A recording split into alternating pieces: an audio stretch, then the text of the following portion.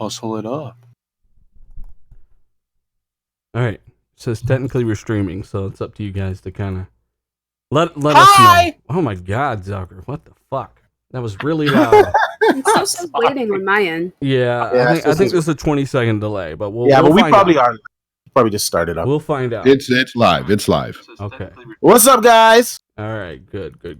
Let me go to the chat here. We're second week, still no issues. But we do have to kind of get used to everything. I see my thumbnail doesn't match the. Oh, it does match the box. Okay, cool.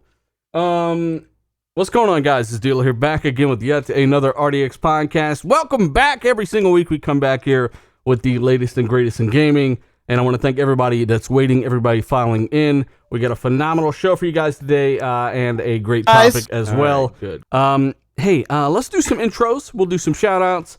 We'll ask everybody to finger bang that like button as we ask Colt Eastwood, hey man, how have you been? Welcome back. I've been really good. Thanks for having me on. I really appreciate you letting me join your show tonight. Another week, Colt. We've been doing this for over 2 years now, so it's good to have you back, brother. D-Batch, what's going on, man? Nothing much, man. It's good to be back. We got a few good topics to talk about today. I'm excited. The summer is in full swing. Let's get it going. Hang on, let me make sure. And also, summer's almost over. Chat, let us know if anyone's audio is too loud. So, Colt, can you talk again? Hi, my name's Colt Eastwood, and I like Xbox. That's about where I'll be at. All right, so I'm adjusting that. D-Batch, say something again. Testing. 1, 2, 3. All right.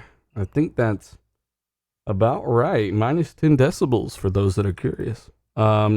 Hey, Luca, thanks for joining us. You wanted to come on, and we're glad to have you. There's always room for somebody that's 4 foot tall. How have you been?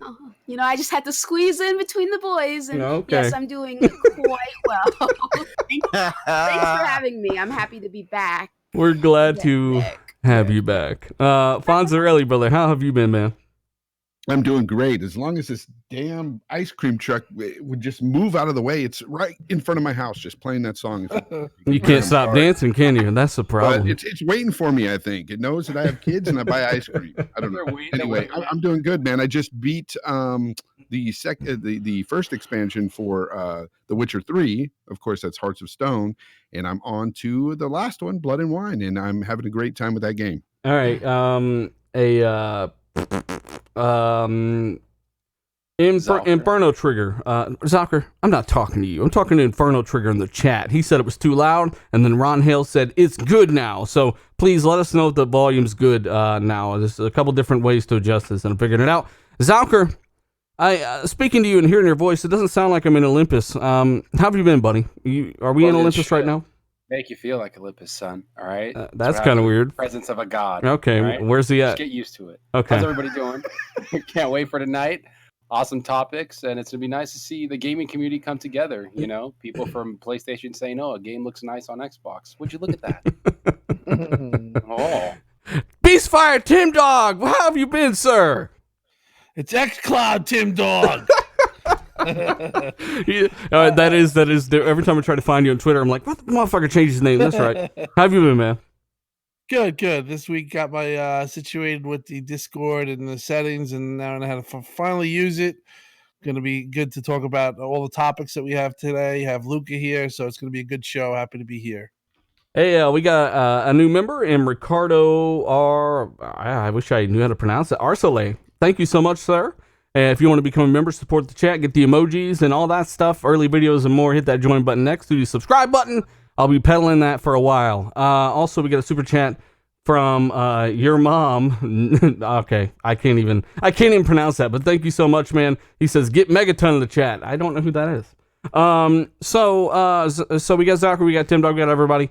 Let me get into my shout outs as well. But today, guys, we were talking about Matt Booty, Phil Spence. All these guys are talking about a bunch of new stuff. Developers talking about the PlayStation 5, the next Xbox, new games coming to all these platforms, and so much more. So we got a lot of great stuff to talk about. But first, we're going to get into the usual patron shout outs. And I'm going to double check if this list is up to date tomorrow for sure. I didn't have time today. I've been crazy busy today, but tomorrow I'm pretty sure it's up to date. But if it's not, it will be next week, and every single month at the first it renews. So just so you guys know how this works.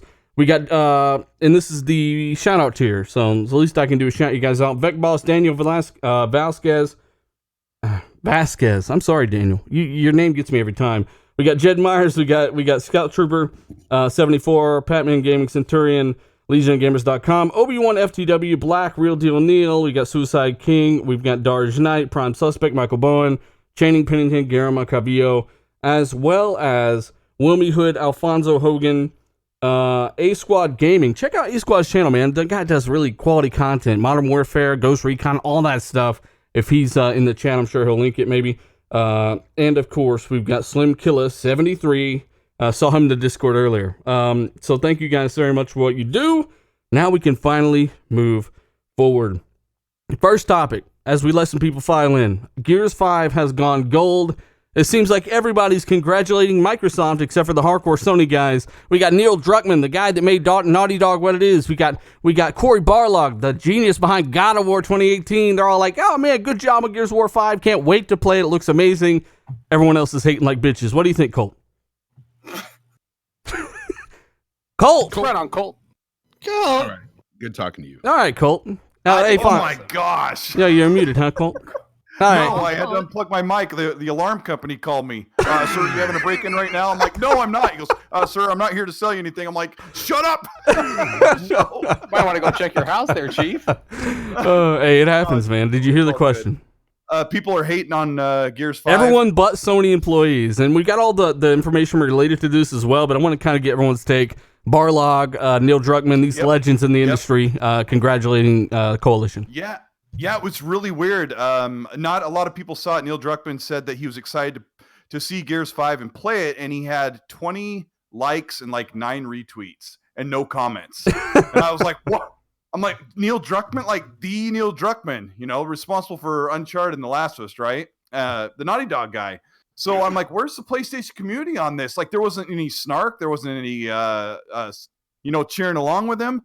And so I shared it out. A couple of us kind of shared it out, but like here he was, like excited for Gears, and his fan base is not excited for Gears. It was really a strange moment. And then like the next day, Cory Barlog said, "I can't wait to play as Foz." And that was just kind of another one that didn't get a lot of engagement on social media. Mm-hmm. They saw it, Colt. They saw it, and then they had an allergic reaction and kept scrolling, and they're like, "You didn't see that." And just I mean, I don't want to sound paranoid, like Zucker. Like if we say that, we kind of sound paranoid, but it's almost like they said, "I'm gonna pretend like I didn't see that, and I'm gonna go over here and tell people how Xbox console shouldn't even exist." I have a PC. Well, go ahead, Fonz. Well, I thought that one side couldn't congratulate the other without some heat from the community. That's usually how it works anyway. Yeah, that's only when it goes the other way around.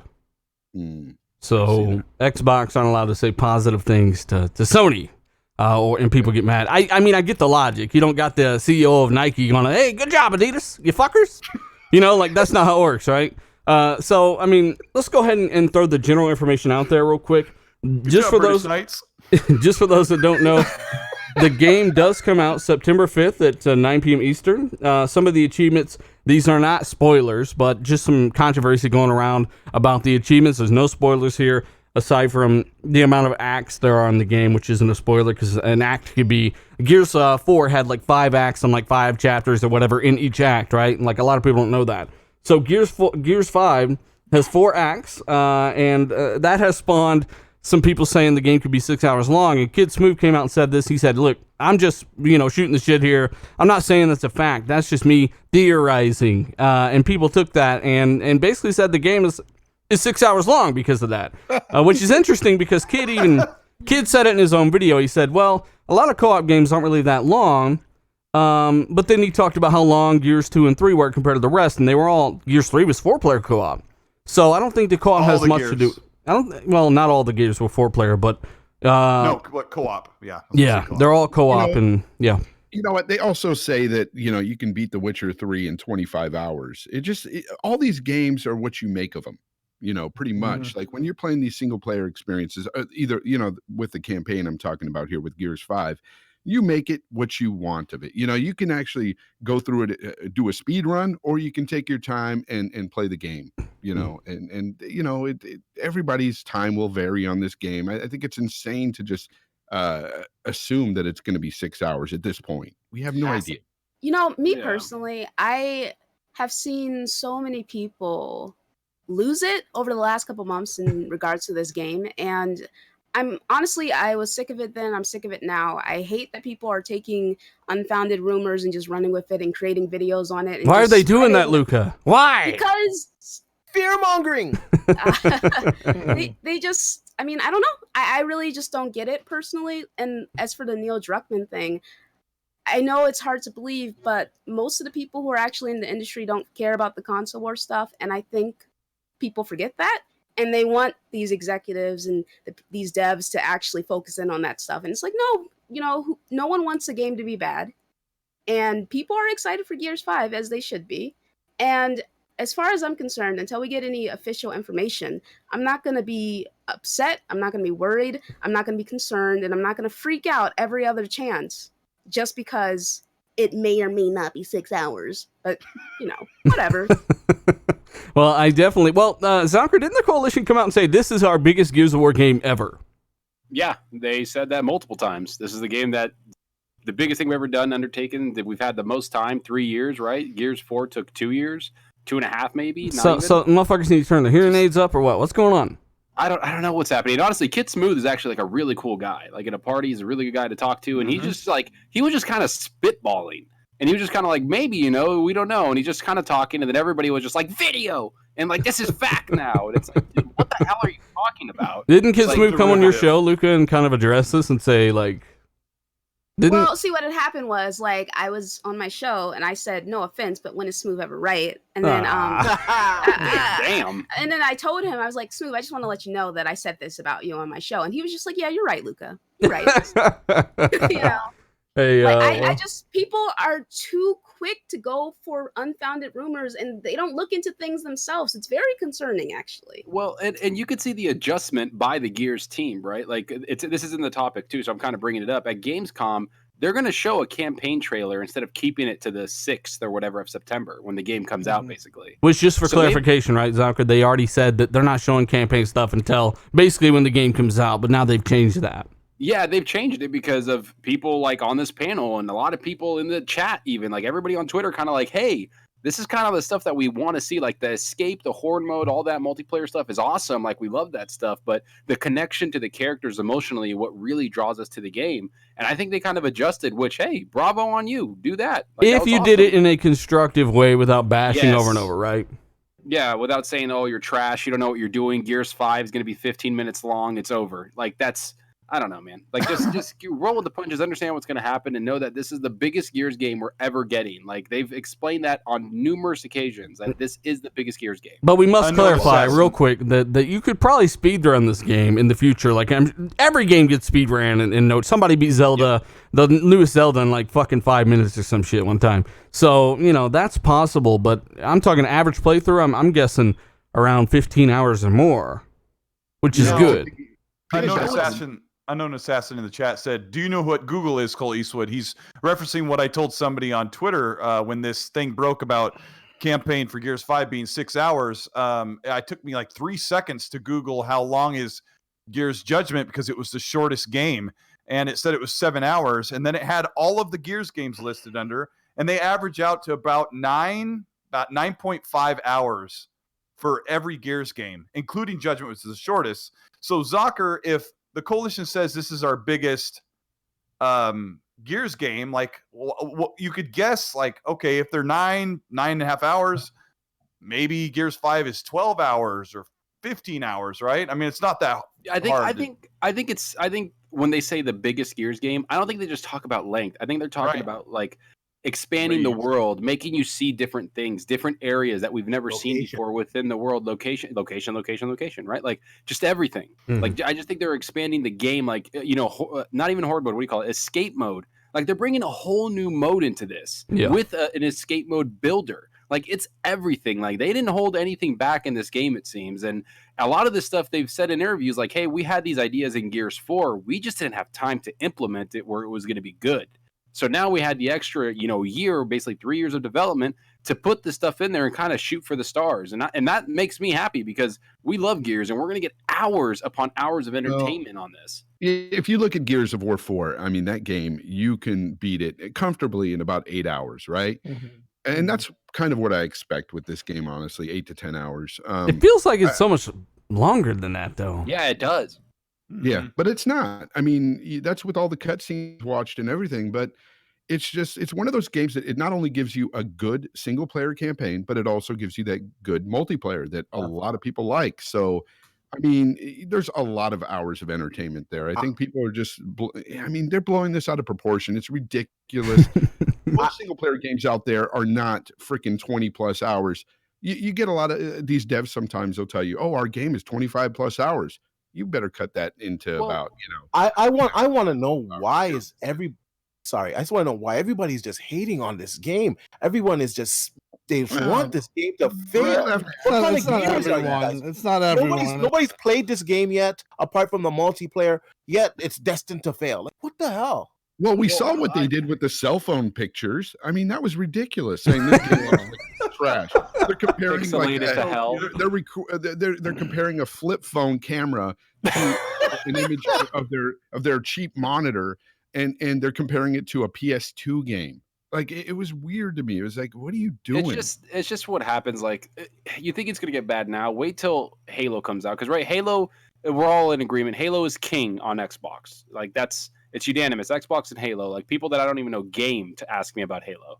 So Gears is kind of that second one in line to me, where it's like, it's a huge franchise. It's one of Xbox's biggest franchises and Microsoft's, and people just don't want it to succeed. A lot of the haters, and you just got to kind of ignore those people, put them to the side, and understand that this game is going to be awesome. Like, me and Dealer and Lethal Papa were playing Horde mode like 2-3 months ago, and we probably got like 25-30 hours out of it. Like, we were just having a great time doing it. Like, that's added value to the game after 2 years, 2.5 years it came out. Like, what other games do that? It doesn't even matter. If we're just talking about the Gears campaign, Gears 4, I may have beat it in less than 10 hours, but it was a great 10 hours. Honestly, I had a great time with it. If I get a good solid 8 hours with a great compelling story or whatever out of a video game, I'm happy. I'm good. Yeah. I don't need an 80 hour. Tim Dog, I want your thoughts, man. You've been a little quiet over there. What are you doing? Well, I think the whole thing is so stupid because, I don't think Kid Smooth was trying to be trying to star or anything. I think he just put out a tweet saying, he just put out a tweet saying that it could be short and sweet. You have 3-player co-op, and if you play that with, I guess, 3 players, you probably could finish it faster. And he threw out 6 hours. People ran with it. Now, the reason why people are running with it is simply because people don't want Xbox or Microsoft to have good things. They don't want their fans to have good things. They're used to Sea of Thieves coming out and bashing it, Crackdown 3, Crackdown 3 coming out, bashing it, and all this bad news. And now there's something that basically you're really going to try real hard to pick apart, and there's nothing there to pick apart. And they're trying, and this is the result. You have people that make fun of Kid and say, "Oh, he's nothing," but now they're going as him as an ultimate source on something.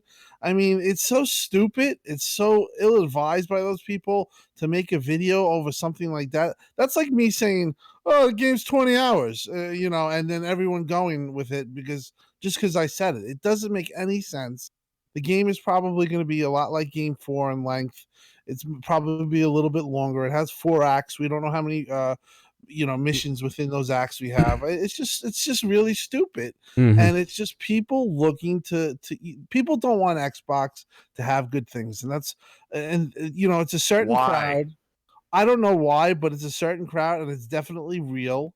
And that's just this showing its ugly face. I mean, it's not really an argument that you're right on that. There's a crowd out there that do not want positive things to happen for the Xbox brand, while those same people will, obviously they'll watch this show and hear us talk about, hey, I think Days Gone is pretty damn good. I think it looks pretty. I'm excited for it. Like, why is there such a divide here, Luca? Why is there such radical turds over there that just want everything over here to fail? They should be cheering on the competition instead.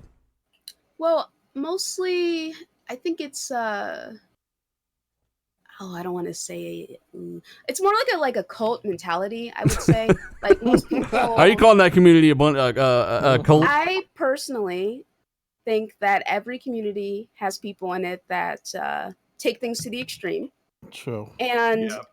I would have to say that regardless of length, what I care about for Gears is that it is a good game and it has a good, compelling story. That's what's most important to me. Like there are games like What Remains of Edith Finch and Inside, Very good Cuphead, games. like, you know, they are very good games. Gone Home. Very Nah. good games, very compelling stories, from what I've heard. And yeah, I mean, listen, I mean, just putting it out there. that's where the term walking simulator came from, was Gone Home. In Yeah. my opinion, the other But games it's are way still, better. Yeah. what I care about is a good story. I like games with good stories, and we already know that Gears is going to have fun gameplay. So I just don't think there's anything to be concerned about. And I really wish people would just wait until the game actually came out instead of, you know, spreading these rumors and just kind of hyping up their community in terms of just making people worried about this game or giving them ammo to attack the game when I just find it unnecessary. I feel it's better to wait until games come out before bashing them. And then the thing with, you know, people equate quality with length, and then there are plenty of games that have filler content that's like, it's like Fonz was saying, like this game's 25 hours, but it's side quests and that are fetch quests, and it's not meaningful. Like Days Gone's a perfect example. That game would have been better if it were, you know, shorter, because there's a lot of empty stuff in there. I still liked it, you know, a good amount, but it was just a lot of emptiness in there. You know, Dealer, I think this has a lot to do with just the advent of social media and how far it's advanced, and the fact that so many people have a voice now on Twitter that really, honestly, I mean, by all purposes, I would say that they shouldn't have a voice. Some of these people, Yeah, that's right. But You're saying cold to hurt is what you're saying. Because here's the thing: last generation, I was a part of many forums. The PS3 was bashed to all hell in many forums. Okay. We didn't have like Twitter and stuff, you know, going on back then and stuff. We didn't have as much social media as we had back then. True. As we do now. And the thing is like in these forums, if you would go back, you could do searches on Google. PS3 was bashed. I mean, there was posts upon posts of saying, oh, these games look terrible on the PS3. Oh my God, the PS3 sucks. It looks terrible. And here it's totally flip-flop. So, I mean, it's just the advent of social media and the fact that Xbox is losing. Well, I would also like to add in it was being bashed all to hell. So, I mean, I also want to add in that we tend to give people who are clearly either just looking for attention and or crazy more attention than they actually deserve. Like if we just ignored people who say crazy stuff, they would just fade into obscurity. But what they want is to be seen. And that's why so many people go out of their way to say things that are just... And they found their own little group of crackheads, insane, right? You know? That agree with yeah, them. and they found their own group who encourage that behavior and support them in that behavior, so they continue doing so because they want to get a rise out of people. So for me, I've started just ignoring a lot of the stuff and I'm on a kick right now. If I see people like arguing with someone that just unreasonable, I just respond to the person arguing. I say, just mute them. That's all I write. So I just write mute them, because I know it feels good every once in a while to call someone out and get them out in front of them and say, look what they said. Look what you've done. But it's so stupid because it gives them what they want. Very rarely will someone DM me or message me on Xbox Live and call me a fraud or call me you got your hand in the misinformation cookie jar. But they will. But they will do it in public because they know with the hive and the mob mentality, they'll get 8 or 2 people or 27 people behind them. So like Luke is right. And as a community, whether you love PlayStation or you love Xbox, like no matter who's doing the ridiculous behavior, you just have to ignore them and quit giving them a voice, because Vaughn's right. They don't deserve a voice. They don't read up on anything. They're not informed. They hate the other platform because it threatens their ID. It's obnoxious. But Cole, at the same time, you have to look at it like this, though. We see them as, you know, trolling or trying to damage you or somebody. But there's young, impressionable people, or even older people that are just, can't see through the bullshit, and they'll look at it and they'll It takes 5 seconds to look stuff up for yourself. If Yeah, you can't do that, that's your own fault. But the thing is there's a lot of people out there that will run with the same narrative that this guy is trying to push, and that is very dangerous in all facets of life. Honestly, not just gaming. Yeah, but I can't fix that. I used to try to fix that. Luca used to talk to me like 2 years ago, like, Cole, why are you responding to these people? And I'm like, I can't let them say stuff about me. I can't let them say stuff that they think I said. They're not going to get away with that. And she's like, you're not doing it. So it doesn't do any good. You can't fix it. Yeah, you can't fix it. And you can't fix stupid either. You can't fix stupid either. Yeah, and Jez Corden of Windows Central kind of got fed up with it the other day, and he just said, "Look, if you're going to argue with this console war, somebody just messaged him on Xbox Live, BC 7.1 and 7B said you're a fraud." Jez Corden said he's sick and tired of people bickering over stuff and not having any information, just the constant bickering. He said, just mute them, stop giving them a voice. And he's right. And I don't know, I really respect this panel. All of you guys have always said so many things that are so good. And I know you guys all do your research. And for someone like me to waste my time arguing with, like, I'm sorry, the point I meant to get was just said, it's not the 3%. Like I said, it's far less. He said, I'm being generous at 3%. The people that Dealer calls the crackhead squad or the clown squad or the fear mongers, like, they're like a 0.003%. There's millions and billions of gamers out there, and there's this small little group of toxic clowns crammed into a little Volkswagen Bug going.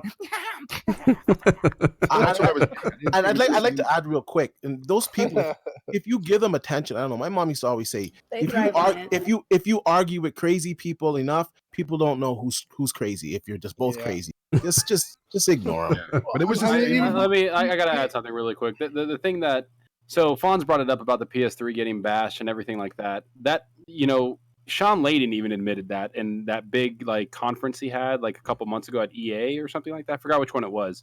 He talked about listening to developers. He's like, that's literally what we needed to do, was listen to our developers and listen to third-party developers. And if you listen to what Phil says, he says, we're listening to developers. We're going to put power in their hand to create great games.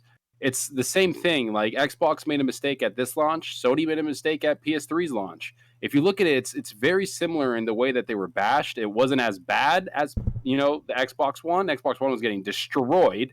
But it's just, you just got to look at it the way it is. Like, people are turning things around. If you're like down on Xbox right now, hey, we can't really, like, everybody on this panel will admit, we can't really blame you. The last couple of years have been a little rough. We all just love the ecosystem and we all play together on there.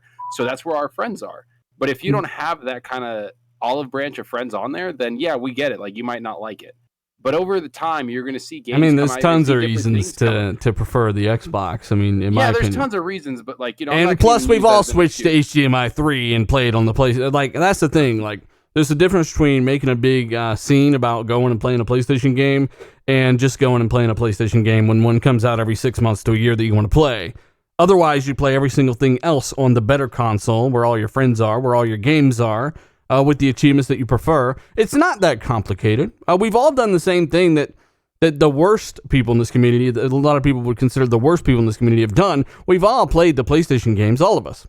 But we just haven't fucking, we've criticized Microsoft for years, asked for better games and things like that. But we're not crying for attention every day and stuff. But hey, I gotta reel this shit back in. I'm letting it get out of control. Bob Dole, speaking out of control, Bob Dole says, I'm here, was getting naked. Okay, yes, thank you very much. Also, we've got another super chat from Game Brady. He says, Xbox have no games. That's very, very hard to argue with, of course, unless you're playing almost every game. But hey, I want to go ahead and move this forward because we kind of got off track. I wanted to let everyone know about the 3-player co-op. We talked about this before E3, that we had heard there is 3-player co-op. The third person plays as the little robot. We were right. You can play as the little robot, as the third person, and the thing that we had heard at the time is that the robot will be integrated with Mixer as well, so Mixer viewers can play as the robot, fly around, give you health, etc., stuff like that. There's a lot of achievements tied to that. There's been some concept art leak out that they're, like we said before, that they're on the big land sled and they're driving around the desert on the thing, right, Colt? You seen that? Mm-hmm. which look really Red cool. sand. Yeah. So that stuff's really cool.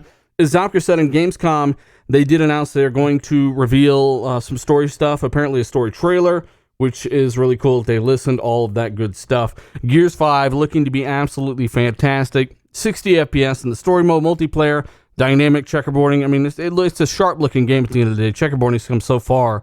Yeah, I can't really complain, man. It's been a long time since we had a game of this caliber on the Xbox in terms of a AAA blockbuster, so I am hyped as hell, and it's okay for everyone in the chat to be hyped as well. Speaking of everyone in the chat, we have over 650, or about 650 people watching already, guys. Hit that like button. That first topic was a fucking doozy, but we are moving along. We got a ton of great stuff to talk about today. Let's try to get up to 300 likes for the show, 1,000 after the fact. Share this out where you share things, Twitter, things like that. You guys are fantastic. Zalker's always share this on Grindr. And, of course, let's move on to the Minecraft. Why? I don't know. It's where you share things. The Minecraft 4K texture pack. All of that big Xbox One X enhancement. Kind of a smaller topic. We've got to kind of get this out of the way. That big Xbox super duper graphics pack for the Xbox One X has been canceled. Oh, no. I know, right? So, Oh dear! Oh no! Tim Dog, I mean, what is the deal here? Why would they cancel what would seemingly be such a simple update? I was kind of told that they were delaying it for ray tracing. Well, do you think this will resurface in any way, or maybe they'll just add ray tracing to the existing game, or what? Well, at the end of their press release, they said we were looking into ways to make this a different look, or to play it a different look. And they cited that they had too many issues just playing it, programming it, and performance across devices, whatever that meant. I personally was one of the few people who actually had a closed door meeting at E3. There was a bunch of people who we put in a raffle, and some had won. And I was one of those people. It was about like I'd say about 500 people saw it. I know Jeremy Downer, he was with me. He saw it. Basically, it was pretty impressive what they were trying to do. They were doing a lot of things with lighting and bouncing off the blocks, lighting. It definitely was probably graphically extensive, and that was the problem. I have to say I'm disappointed that this has happened. I kind of think that they should have maybe focused just on the X if they couldn't get it across devices and made it happen. But I'm kind of disappointed, and I would like them to do something in place for this, because I was looking forward to it. So I have to definitely say Microsoft takes an L here. They showed it, they hyped it up, and now it's canceled. We got a lot of people in the chat. We got Wilmy Hood and Salty and NASCAR LO and Noof and Shady. So Shady's in the chat. A lot of these guys joking about selling their Xboxes now because this was a straw that broke the camel's back. Fonz, is that true? Yeah, I was going to say, yes, it is true, because first Scalebound, now this. Xbox is dead. It's official. Yeah. They died. They died so hard they're dead. It's not a huge deal, but it is something disappointing, at least for me, because I was looking forward to it. I saw what it was. It was really impressive. Yeah. Who's played this on the X? Who's played Minecraft on the X in here? Anybody?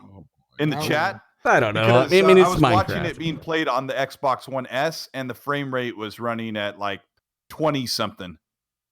So that's odd. I mean, I just saw somebody say that, and I don't know the number. I just know it was really fluttery. I just know somebody said in the chat that they couldn't get it to run on the base Xbox and the Xbox One S. So, and Microsoft's not about to. Well, that patch was supposed to be for the X, though, I thought. Well, why are they saying they're trying to get it to run across multiple devices? Maybe they were trying to bring it to PC. Apparently, the Bedrock code, or whatever the fuck it's called, is just too hard to work with. Like, it's old-ass shit. And that was the real problem. It wasn't that. You've seen fucking Red Dead 2 on Xbox One X, right? At native 4K. It's not like the damn thing couldn't run it. It's something inherently wrong with the code, much like Scalebound with those performance issues, though. At the end of the day, it's Minecraft. I don't want to fucking talk about it any more than anyone else does, so let's move along. Let's go ahead and reference State of Decay 2 real quick. It is at its highest player count ever, and this is 2 years later. This is kind of surprising, given the fact that nobody really talks about State of Decay. I've always said that it's better than the first game. If you like the first game, you'll like the second one. Fonz, you kind of enjoy State of Decay 2, or you know what it has to offer. It didn't quite improve certain things enough But is it a bit surprising that it's at its highest player count ever currently? Yeah. I don't know. I really don't know. What do you mean? Like you didn't hear that and be like, whoa, people are playing this. Here's the thing. No. Here's the thing. I think that's just a testament to Game Pass. I think it shows you the power that Game Pass has. It gets people to try new things, to try these games that maybe they wouldn't have tried before. And I think this is just an example of that. I really do. I think some of these games that they're finding people are actually having fun with, and they're in Game Pass. Come on now, the correlation there, it's obvious to see. I think it's more to do with support. The article that talked about how Sea of Thieves with their anniversary update got like the most people they've had on there, and then the same thing with State of Decay. They just brought out a huge new update apparently. Heartland, Heartland, and like something else came out that fixed a lot of stuff and added a lot more things, and a lot of people played it again. Like a lot of people that liked the game came back, and other people tried it because they said, "Hey, you have this with Game Pass." So supporting games has been known to help it boost numbers and actually get you a community within that game, just like Fortnite did, just like Rainbow Six Siege did, Destiny does it. Like all these games, they bring out updates that bring people in, old people and new people in every time. So there's a reason why these games are like that, and there's a reason why these games are perfect for Game Pass, because it'll just give you a chance to just try something new if you've already played it. Well, yeah, a lot of people had connectivity issues, and they didn't realize that their internet sucks, and they were trying to connect people with shitty nats, and it's peer-to-peer for some reason. It shouldn't have been. But along with maybe the game needing a slight delay, State of Decay 2 had some controversy behind it. I think it's like a 66 on Metacritic, and it could have been better, but it is much better today. And if you put it off or haven't tried it because of that, I strongly encourage you to do so. It's actually a good time. Halo Infinite, they just talked about this recently. There's some stuff going on with Halo Infinite that Matt Booty went on an interview and talked about. Zachary, you did a video on this. You want to give people a rundown on this? Yeah, so this was basically Matt Booty, like during an interview with, I think, Game Informer. I think they did that. They were talking about how they've updated it with the Slipspace engine, how they brought out way more things. It's way more expansive. He says he doesn't want to call it a sandbox game because people will take that and run with it. But I think it's going to be more like of a hub worlds, like certain areas that you can explore, do a lot of side missions, stuff like that. They went down from like the roots, from like the shape language, the design language, and a bunch of that, like going back to like earlier Halos and really making it feel like a true Halo game is what he said. He said that Halo 5, it felt a little like busy design wise, and that they kind of just pulled back, made Master Chief look like Master Chief. And I don't know, they said it feels more modern and cleaner. That's what he said basically. And going back to the roots of Halo, I can't wait to play this. I want to see what he's talking about. We saw the Slipspace engine basically demo 2 years ago at 2018, and it looked awesome. A lot more, people like habitating the world or creatures habitating the world, and I just want to see it. I want to see what he's talking about. I want to see what this game's all about, because this sounds like it's going to be a massive game. How many people do they have working there again, Tim? Isn't it like 600-700? Yeah, they've it was at 550, but wow. Their LinkedIn is at 550, I believe, 500.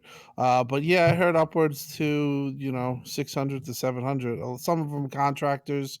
We talked about the contractors that EA. We were they're not permanent hires, but they're just contractors. But yeah, you have a lot of people working on this game. Yeah, up 600, I would say 700. It's going to be absolutely massive, and I think he kind of put that out there to show people that, hey, look, we're going back to our roots in a way, but at the same time, we're opening up the Halo world in this game. You'll actually be able to drive around the Warthog, stuff like that, playing on that. What's called a semi-open world, kind of big hub section type world. Great. So, like, you and I could play co-op, and you can drive me off the cliff and bail before the Warthog goes. Yeah, all right, can't wait. Hey, I deserve points for doing that so smoothly, actually. But the game is looking amazing. At the end of the day, like, people are still talking about how that game doesn't look next gen, not understanding that it's running at double the frame rate of all their best looking games. Right? They have the frame rate that could double the fidelity easily. So we haven't seen the final build. We didn't have ray tracing in the build. I really doubt that Halo Infinite isn't going to have ray tracing in the Scarlett. So that build we saw didn't have it. That game is definitely still in the works, and it already looks really good. And all of that was in real time. It looked amazing. What's strange is the experts were the most impressed with the Halo Infinite 2019 2019 trailer. It was the fans that weren't as that was really, did you notice that? How like the technical experts were like talking about what they saw in that trailer and what they were amazed by, but it was like the little fans that were like, it looked last generation. Yeah, I don't know. Anybody with a brain wouldn't say it looks last generation. Centurion, what's going on, buddy? Halo, well, go ahead. Let's wrap up Halo. Right when I was making that video, the Halo Infinite trailer from 2019 at the E3, when you watch that trailer and you kind of like sit there and you actually look at it, it looks fucking amazing. That's the problem. A lot of people saw the stream, Zonker. A lot of people saw the stream. They didn't go back and watch the 4K upload. Yeah, watch the 4K, whatever you got to do. Because after watching, I was like, man, like you go from like, because I had Halo 5 clips, then I jumped to Halo Infinite, that one, and I was just like, holy shit, like this is crazy. It's crazy looking. Like you're honestly like, this is actually really cool, and it's like you're still a year and a half away from launching this. It's still just gonna get tighter, gonna get cleaner. Everything's I just can't wait. That's gonna be awesome. Suicide King says, glad to catch RDX live. Great panel besides that fraud funds. I agree. Fogel. Fonz is like, I hate that guy. No, I love him. Splinter Cell, for those that are curious about Splinter Cell, is coming back in time. Ubisoft said we have to find the right time to come back big. And they basically rephrased it and said we are working on a lot of the thing. We're working on a lot on the brand today, but we have to come back big at some point. They are definitely making Halo. We know somebody who basically, knows things, and they knew somebody that was playing the Splinter Cell multiplayer, but apparently it got put on hold some time ago. So we don't know what's happening there. Tim, have you heard anything about this Splinter Cell or anything like that? No, just from what we heard that it was shelved for a while, and they're looking to. Well, they did it for another project, but no, this is pretty welcome news. I think that they have a IP that they really should be using. So hopefully we get this going, and in 2 or 3 years we have a Splinter Cell, because it's been, I think, too long, and I think it seems like there's a big want out there for it too. Yeah, which we know that Ubisoft may not get that because the last couple ones didn't necessarily set the world on fire. Right. But they are good quality games. Splinter Cell Blacklist was a lot of fun. Zonker, did you say you have a theory? Yeah, he's coming to Smash Brothers. Yeah, so that's the big thing. That's what's happening. Just like Banjo, that's the big thing. They're gonna give it, and people are gonna get mad. And it's gonna be great. D-Bench, are you gonna say something? Yeah, I was gonna say I think there's definitely room for it. There's a void there where Metal Gear Solid is basically, and we're basically never gonna see that game, in the form that we're used to. And the last game was kind of meh, anyways. And I think it'd be the perfect time to release it within the next 12 months, or even a next generation launch title. I really hope they do it. It's been too long. When's the last time a Splinter Cell was released? 2013. Yeah. It's so long. It's well overdue. Don't believe Salty that fraud. He says Splinter Cell is dead, buried right next to Fable. This is Ubisoft telling us that it's coming back at some point, and Fable is not dead, Salty. That will be a giant bowl of frosted L's for you, sir. We'll see. We'll see. Almond milk. I can't wait to find out what they are. Greatness, Salty. We've all played on PS4 forever ago. God damn it. He's just overwhelmed. He's like, oh my God. He's like that gif with the guy in the chair and his face is getting ripped off by the jet engine. God of War and Spider-Man, though, are the phenomenal games. I think he's in the middle of playing those, so he's definitely hyped I told up. him to play Spider-Man first. I'm glad he did. Yeah. He was freaking having a blast. The game's so fun. But yeah, Ubisoft. Go ahead. I'm glad he listened to me. Yeah, all those games you guys were talking about, they're dead, along with Dead Island 2. Literally. They're dead. Okay. Well, those games are dead, but let's go ahead and talk about, hopefully, a game that isn't dead. It's the Initiative's new title, and they are working on it seems like we talk about this like every week or so. Basically, they are taking even more talent, and I want to hear from Luke on this one, because a lot of people just belittle this. They say, oh, these are old retiring developers, or these are contractors that are leaving after a few months to a year. The Initiative are getting even more talent from Uncharted, Apex Legends, Anthem, and of course Just Cause, which are known for their physics and stuff like that. yeah, the new lead system designers at the initiative worked on Modern Warfare 2 and others. So more impressive talent. We had talked previously, Luca, about the lead producer of God of War 2018 joined there. The lead designer of Uncharted joined there. Tons of great talent there. I mean, what are your expectations about the initiative studio, and what do you kind of want from this? Well, mostly what I see when I hear about this news is that they must have a great benefit packet and something that they're offering that these other studios are not. Now, I know that there are some people, they see certain studios celebrating and they make comments on how they're just not getting any work done. But, crunch and stress is a real thing in the industry. And if Microsoft is offering something so beneficial that so many people are migrating over there, then I think that's great personally, on a personal level, as in them having positions. As a gamer level, this is awesome because what it tells me is that they are building for greatness. They are creating something. They're building inward. for greatness? Yes. Yes. That's They what we are want. creating something inward so they can spread it to the rest of us in the form of their games, is what I'm hoping for. And the impression I get when I hear about them hiring all of these developers from different studios who've worked on these different games. So you're telling me 4K Minecraft is coming next gen? Hey, Prython says I saw a Sony fanboy saying that the new hires at Initiative were just janitors. Oh man, such idiots. They really have some talented people at the Initiative, man. It's really surprising me how many great people they're picking up. And if they come out with a whack game, I'm going to be so pissed off. You've got all this wasted talent then, but I doubt that's going to happen. I think it's going to be something good, something epic. But they're working on tiny games, Fonz. That's why they're hiring the most expensive people to hire in the industry. I think the Initiative is going to come out with a great game, and it's about damn time. We need that. Yeah, it is. It's really, really good news. Tim, did you have anything to say on these hires? And we touch on this every other week. They're hiring or stealing some good talent from someone else. No, I just think that it's obviously, if something you see these these huge developers and these highfalutin developers. I don't know if that's the right word, but just if you see them all coming to work for them, it has to mean that there's something good going on, and whatever they're pitching over there at Initiative is setting home, and people want to work there, so it says a lot. I know they love the location. I heard it's like a prime spot, so it's good. It's a good spot, and they're acquiring talent, and they're acquiring big talent, so that's what you need to make games, and it's all part of the process, so it's a good thing. I don't know. The guy that they hired from Anthem, better question him again. I don't know about that one scares me.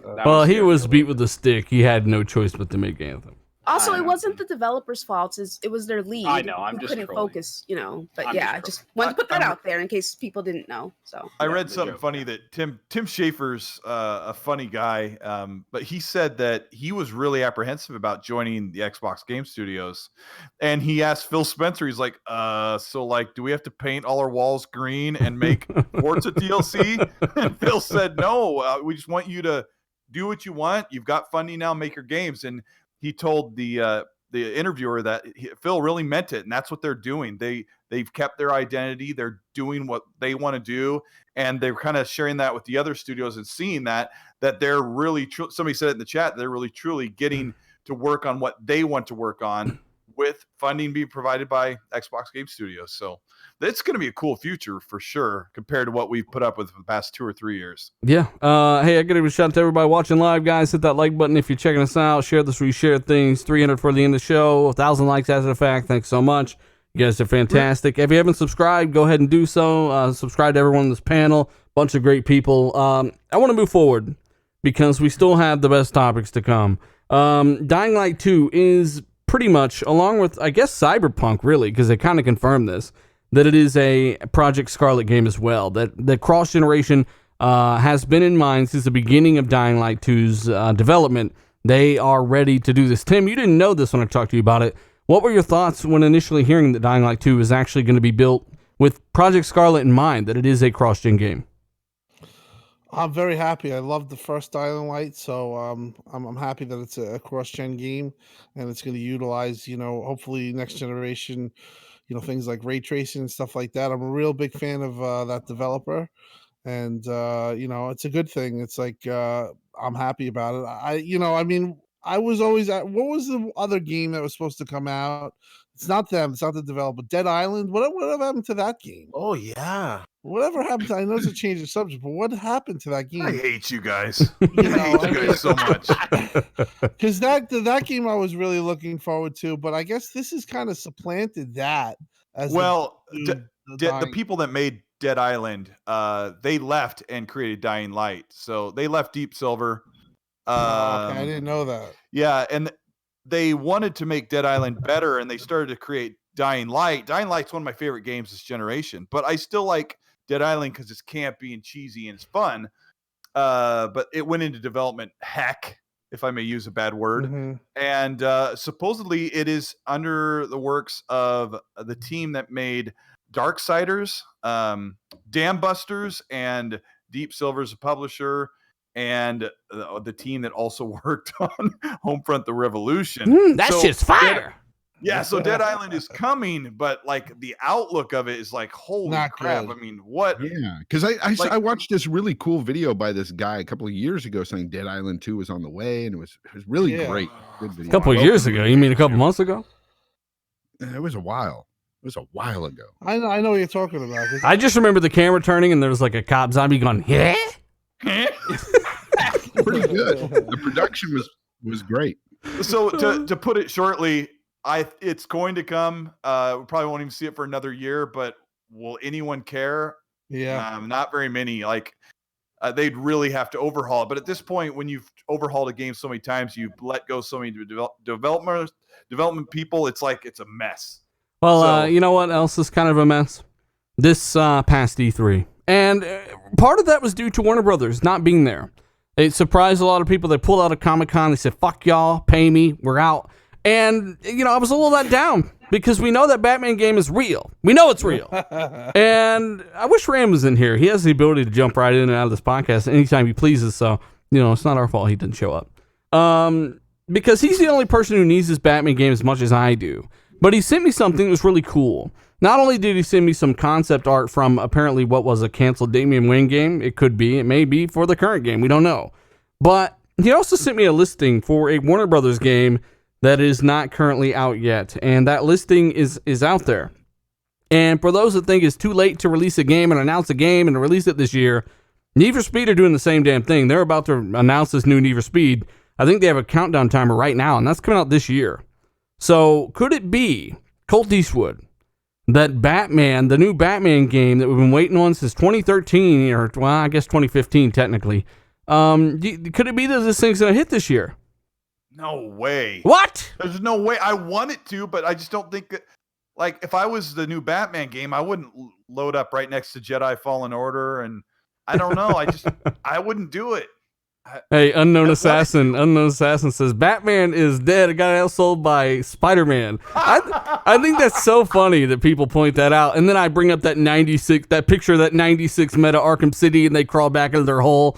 Yeah, you're not even close to Arkham. Like, I enjoy Spider-Man. I did a review. That bitch has like 600-something thousand views on it. Like, I enjoyed that game a lot. But Arkham City is still the GOAT, and the Metascore doesn't lie, all right? It's the Batman. It's the superhero game. Like, it's just, I don't think it's been bested by any other game, and I loved Spider-Man. I mean, think about that. That's a 96. That's Red Dead. God, that's higher than God of War. That's Red Dead territory. So, especially back for when that game came out, man, holy fuck. Yeah, and no time in Arkham City did you play as Alfred walking around the mansion looking for Now, Fonz, you play Spider-Man, but that was kind of your issue with it, was you played as Mary Jane. Yeah. That was my really only gripe about that game is the fact that those Mary Jane missions and the Miles Morales missions were straight up boring. Everything else, though, was fun. I disagree with Salty in the chat. Metacritic does matter. I've always said this. Meta does matter. I've never been the one to say, fuck the Metascore. I always put stipulations on it, though. With my State of Decay 2 review, I'm like, look, this is better than the first game in every way. So who is the game trash for? If you like the first game, this is a great game. So I think the Metascores do matter. I think they are indicative, actually, of a lot of games out there. Like Red Dead, God of War, I would say, is exactly where it should be. Uncharted, Witcher, I'd put Witcher higher, though. But and There's a by the few way, games Witcher that I would 3, say- I would Witcher say that 3 they need right to now has already overtaken Assassin's Creed Odyssey as fun. Well, no, it overtook God of War as Fonz's number 2 game of the generation, right? He disappeared. He's like, I don't want to talk about that publicly. Jumped in the bushes. Yeah, we were talking to Fonz. He's playing Witcher 3 right now, and he's like, yep, it's my number 2 game of the generation. It's behind Red Dead. It overtook God of War. So Witcher 3 is fucking legit.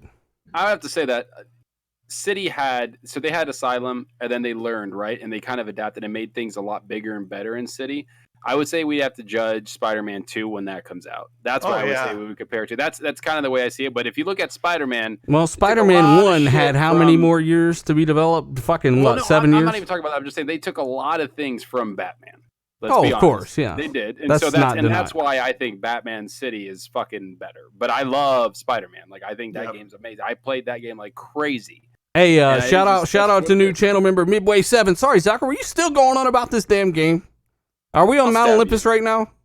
Bitch, I'll still stab you with a lightning bolt in the ass. On Zalker's little mixer stream, when somebody follows him, he's like, he's like, welcome to Mount Olympus. Hey guys, I gotta step out. I'll be back shortly. All right, D. Bye, D. Bye, D. Dealer, do you think Later, this D. Batman game's I coming miss you. out? Love you, D. It needs to. It needs to come out. And on LinkedIn, they have Batman Project 2019 and everything. Like, the signs are there. The producers have come out and teased it. The lead producer, or the creative director, Patrick Redding, came out and said, basically, you'll know more about this game soon. Then E3 hit, and Warner Brothers gave us all the middle finger. Now we get this listing. Like people what, think Gamescom reveal or what? Like, I mean, if this happens, it seems I'm gonna give you late. a high five across the U.S. It It's not seems gonna it happen. seems really It's late. not gonna happen. It seems really late, but again, Need for Speed is getting revealed in a few days, and that but comes out Need this for year. Speed, it needs a shot in the arm. Like, Need for Speed could release in a rest area right now. That's how bad Need for Speed is. But that's my point. Where do you see them Batman, releasing and it, dealer? huh? Where do you see it? Like, fitting into this holiday? Where do you see them fitting in it? I don't Like, think this where- like holiday is November? super. I don't think it's super competitive right now for this I'll type of agree game, with you, but especially. I don't know. Like, maybe Doom they're pulling- Eternal? I don't know. Maybe they put. I don't fucking know. Maybe they're putting it like out, like kind of like what Take-Two does with Red Dead, or Rockstar does with Red Dead. They just kind of put it whenever the hell they want. Do you think they have that kind of clout? Batman, yeah, but I almost feel like Dealer's I don't so think it's a excited Batman. that he's, like, I don't ready to think it's a believe it. Batman. Hey, I will. I think- You know what? I told Rand this. Don't fuck this up for me. Don't ruin this for me, guys. All right. I don't want to be in a party with you 2 months from now and you're breaking shit. Your cat's running Hey, around crazy. if this and you're game like, comes "Where out, is it?" if Batman comes out and it sucks, I will damage control the fuck out of it. And suplex his cat. Yeah, I don't even care. No, he won't super- Hey, in the chat, let us know what you think about this new Arkham game, man. It's a new creative director, but it's Warner Brothers Montreal, and it's apparently going to be pretty big. They've had a long time to work on this with some kind of, I guess, some complications in the middle of it, but it's supposed to be around the Court of Owls. They've already tweeted out them wearing a shirt of it and teasing it. It's a thing, and it's going to be soon, so hopefully we get that sooner than later. I really need this new Arkham game in my life. Let's go ahead and move on to Quantic Dream, Luca. They are going full multiplat. And if you didn't know, that's the makers of Detroit Become Human, all right? Press circle to sit down. What do you think about this? Are they able to bring past games to other platforms? They're bringing Beyond Two Souls to PC. Can they do that with Xbox, you think? I'm not sure. Let's see here. What other games I know they have other games that are going to PC. Well, it might just be like a PC Until PlayStation Dawn? thing. So No, Until Dawn's just PS5 4. yeah, I'm really not sure what they like. If they're saying we're going full multi-plat, then wouldn't that mean they're putting it on Xbox as well? So I mean, they're going full multiplat from here on forward. Mhm. Yes. In terms of their past games, I mean, I think it depends on whatever contract they had around those games. So, yeah. God I mean, damn I it, don't know, Luca. man. Dude, I don't know. Like, I don't know. I really don't know. I mean, yeah. Like, do you know much about their past games in regards to the contract they had around it, or Well, did they just put I it on don't- PlayStation just to put it on PlayStation? They've It's always like been a third party. They've never been owned by Sony. So that's the thing. How much of these IPs do they own? They are bringing, like I said, Beyond Two Souls to PC. Would it stop them from bringing games like that to Xbox? I have no clue. But they're going full third party. If you like games like Heavy Rain, Beyond Two Souls, Detroit Become Human, stuff like that, Detroit is a looker. I'll tell you that. but it's also Yeah, it's beautiful. and it's a good narrative. It's a good story. Yeah, I played the beginning of That it. and gameplay, man. I Maybe downloaded wanna- it. I Heavy downloaded rain. it. It made me real mad. Let me tell well- you, when I was like sweeping or whatever, like I just had a really hard time controlling it. Like, You were I'm not having even a, trying to you're having a take hard shot- I time was controlling the mad. broom, Luca? Are you You're serious? I was, yes, I am serious. It was Yes. very irritating. You know? There's actually at the beginning. There's actually a scene where you have to clean up the house. I'm not taking shots. I'm just saying that it was difficult for me to actually control the broom. Like literally, it was difficult for me to control it based off whatever inputs they put in for the controller and the broom. Okay, it was a bad time for me. I had to take a break. I was mad. So All right. Well, you got beat by the broom boss level. yeah, Hmm. yes, I did. Luca, were you able? Can you fly the broom in the game? No, Unfortunately, no. it's not Harry Potter. I mean, it would be cool if these older games came to Xbox. Didn't they like not put Heavy Rain on Xbox because they didn't? No, it's Xbox never didn't want been. it, or No, Xbox. I think I don't ever see these games coming to Mhm. Xbox. To be honest, Heavy yeah, Rain. me neither. To be honest, like, Yeah. You just Like- think you the game's said- going forward will. yeah. I think it's pretty clear cut. Even the way they talk, it's going to be going forward the next whatever it is, Detroit 2 or whatever game that they are that was usually exclusive to PlayStation is now going to be on Xbox, on PlayStation, on PC. Contractual wise, I'm pretty sure that they might have had some type of wording that it doesn't hit another console, maybe not PC, but another console. So I do not see them putting resources, even if it was open to it, putting resources open to it, to make it. Yeah, I don't think they're bad I can't imagine that those games would go on Xbox, to be honest. Now, Nah. I could be wrong, but the way I view it is that it's definitely just games going forward. Everybody's Yeah. different, right? Every gamer is different, and I'm sure there's some gamers out there on Xbox who would play that if it was in Game Pass or something. I'm sure they would. I mean, I would definitely buy it if it were. I'd buy it over the PS4 version. Yeah, But dealer, you buy everything. that's you true. literally like play all the games that come out. On Hey, Xbox. some of us are real gamers, man. What can I say? Yeah, I know. Hey, but we were talking about how you put Witcher 3 above God of War now, Oh, and you disappeared on us. yeah, I did. I put Witcher 3 above God of War. I pushed it down a notch Man. because the Witcher 3, the missions, the story, everything What you say? is Sorry. so much better than most games I've played this generation and even last. And there's so much content, and it's all really good, and it all intertwines with the everything else. And Yep. And- But God of War doesn't have a character named Doo-Doo, so I mean, it gets another bump up. yeah. Well, no, I mean, God of War's great, fantastic, one of the best games this generation. But unfortunately, yeah, Witcher 3 is a little bit better. all right, well, It's amazing. let's go ahead and move forward. Game Pass helps developers, not harms them. Now, what happened with this? What was this? The CEO, the studio behind City Skylines, right? The ex-CEO, not even the current one, came out and said we didn't get paid enough for our game. But that was one complaint we had heard, right? Pretty much since the beginning of Game Pass. And everyone, of course, people that need to put out negativity to get likes. It's obvious when you look on Twitter, there's people that just pander for likes, right? They know it's going to get likes, it's negative, they can spin things. Well, we got yet another developer saying that Game Pass is absolutely fucking amazing. But they're not tweeting about this, right? They won't tweet about this. But, if we get a developer in 2 years that's like, well, we should have got paid more, they'll tweet about that. So this developer says that being on Game Pass quadrupled our Xbox sales. And this is the developer of Descenders.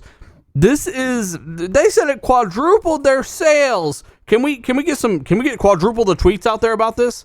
Why aren't they tweeting about this? Why can they tweet about an ex-executive? Their narrative. There's a narrative. God. There's a narrative people want to push, and when it comes to the positive stuff, we're just gonna push it down. We're just gonna push it down all the way to the bottom. We're gonna focus on. I'm gonna We're reach not into the getting paid enough. cringe barrels and get some of these likes. Well, one thing that Game Pass does is it's like a big advertising board for one thing, for anybody who's not even in the program or subscribed to it. So that's one of the first benefits that the Descenders development team saw was that they were in Game Pass. They had way more exposure. They were in all of the marketing and all the push for Game Pass. So, and like they said, people play the game. Your friend sees you're playing. What's that game? Oh, it's pretty cool. And they don't subscribe to Game Pass. They just go buy it. Like, because that's the cool thing about Game Pass is you can just buy the game, or you can go in Game Pass and play it and pay for the service. Like that option, nothing is locked behind Game Pass.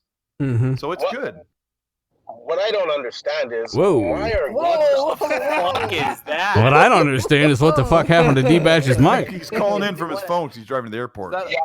I just wanted to jump in real quick. Sorry if the audio's up the best. It's really, really bad, bro. You have a Canon string coming along, bud? It sounds like you stole somebody's walkie-talkie. Oh man, Jacked somebody in Canada.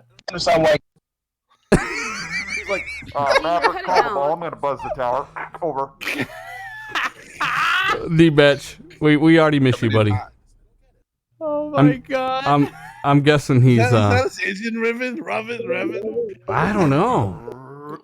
Pretty interesting though. D, left turn signal on. I hear myself echoing too from Yeah, this. he had us on speaker or something. Yeah. Anyway, go ahead, dealer. It's your show. I don't remember what I was saying, but We're basically, talking about Game Pass. double was actually standards. helping There us. are people out there that like to tweet nothing but negativity and bitch about everything. But with this, you didn't hear a word from them. Just keep an eye out for the pandering for likes. It happens all over the place, and it's really bad when it's negativity. I don't like that kind of stuff. So, yeah. I love Game Pass. It's just such a great value to developers and us. It helps everybody out. Like, it's a win-win for Xbox, win-win for developers, and it's a damn big win-win for us. Like, I don't understand how people can be negative about this. I mean, we're getting Blair Witch in Game Pass this month. Yep. Next month, we're getting Gears of War, including a game called, like, Phoenix. I forgot what it's called. Phoenix something, which is like a XCOM type of game that I want to try out. Like, everything is just...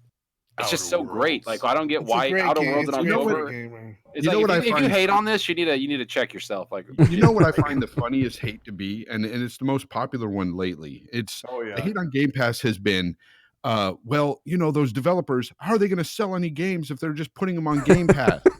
That is the worst thing. It's like, when did you ever care about what they're doing or whatever? You know what? But Fonz, isn't it fucking really stupid when Phil Spencer, even the developers themselves, say our games sell more in Game Pass, plus we get paid to be in Game Pass on top of that? You're forgetting the beginning part. You're forgetting the beginning part was they looked at the deal and they signed it because they wanted to. Like, the money looked like it was right. They're happy. They're staying there. Go ahead, except Luca. for City Skylines guy. Well, I just want to say that I find it interesting that they're so concerned about the games selling more and these developers getting money, but turn it around and something like developers are suffering under crunch. He's like, I don't care about these devs or nothing or whatever. It's like, okay, can we come to a decision about whether or not we actually care about the developers or no? Okay, all right, cool. Luca, it's because you have common sense, and when you're reading Twitter, you can read through the BS, and it's hilarious. It's funny to read. It's pretty funny. funny. A lot of hypocrites out there. Game Pass does provide a lot of like smaller developers and people to take risks on game because then they can subsidize a lot of the cost by being in Game Pass because again they get paid to be Well, it's a on reliable source of income, right? Yeah, and it helps them. Like, Let me tell you something about Game Pass, and this is coming from me personally. I've had Game Pass since day one, and I have not canceled Game Pass. I'm still paying for it because I like the value in it. Not my son likes it too, but for me personally, I've tried so many games I would not normally have tried before. And sure, some of them I don't care for, so I stop and go to the next. But there has been hidden gems within Game Pass that I was floored by. So I think Game Pass is an overall great deal, and there's always something for somebody there. And people who just trash on it are just doing it because it's Xbox. William Lanza, I have no clue what you're talking about, sir. I have no clue what you're talking about. Hey, Fonz, did you know that you're saving $100 alone next month with just Gears of War 5 Ultimate alone? Yeah. Through Game Pass. You can literally not play a game on Game Pass for 6 months and still save $100. So, and isn't it bad because I don't have to buy the game. The poor developers, they're not getting the money for that game. And they try to spin it as an insult. I'll just play it for $1. Good fuckface. They want you to play for $1. That's what they're trying to get you to do, dummies. Like, and you can play it on PC if you want to, or Xbox. It doesn't matter. You get Hey, guess what? Guess what? the PlayStation guys are going to spend $59.99 to play Outer Worlds. So I mean, but that's a good thing. The game will be better over there, Colt. Don't you know that? Because it costs more money. You'll buy a system because of that, Colt. It brings value. You feel like, you know what? Dropping $60 makes me feel better. I feel better buying a PlayStation. Hey, addict, don't start talking that shit, you fraud. That's the cool thing, Zockers. You can still buy Outer Worlds if you don't want to play it on Game Pass for $10 a month. Like, it's crazy. And you know what? PS Now is probably going to get revamped starting next generation, and hopefully some of these good deals will come to PS Now, because right now revamped on Xbox servers. We'll see you later, Darth Vicious. Oh, I love Darth Vicious. I love Darth. Listen, Darth, I miss you, baby. Okay, hang on. Someone saw ABC AB. He says the Ultimate Edition is $80. Not okay. My point still stands, right?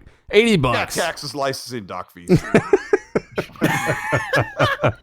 At the end of the day, man, like, people can talk all the shit they want, they can say what they want, but there's no holes in this logic here. You save money. Stop worrying about other people's money. How much money are you saving? You're saving quite a bit, man.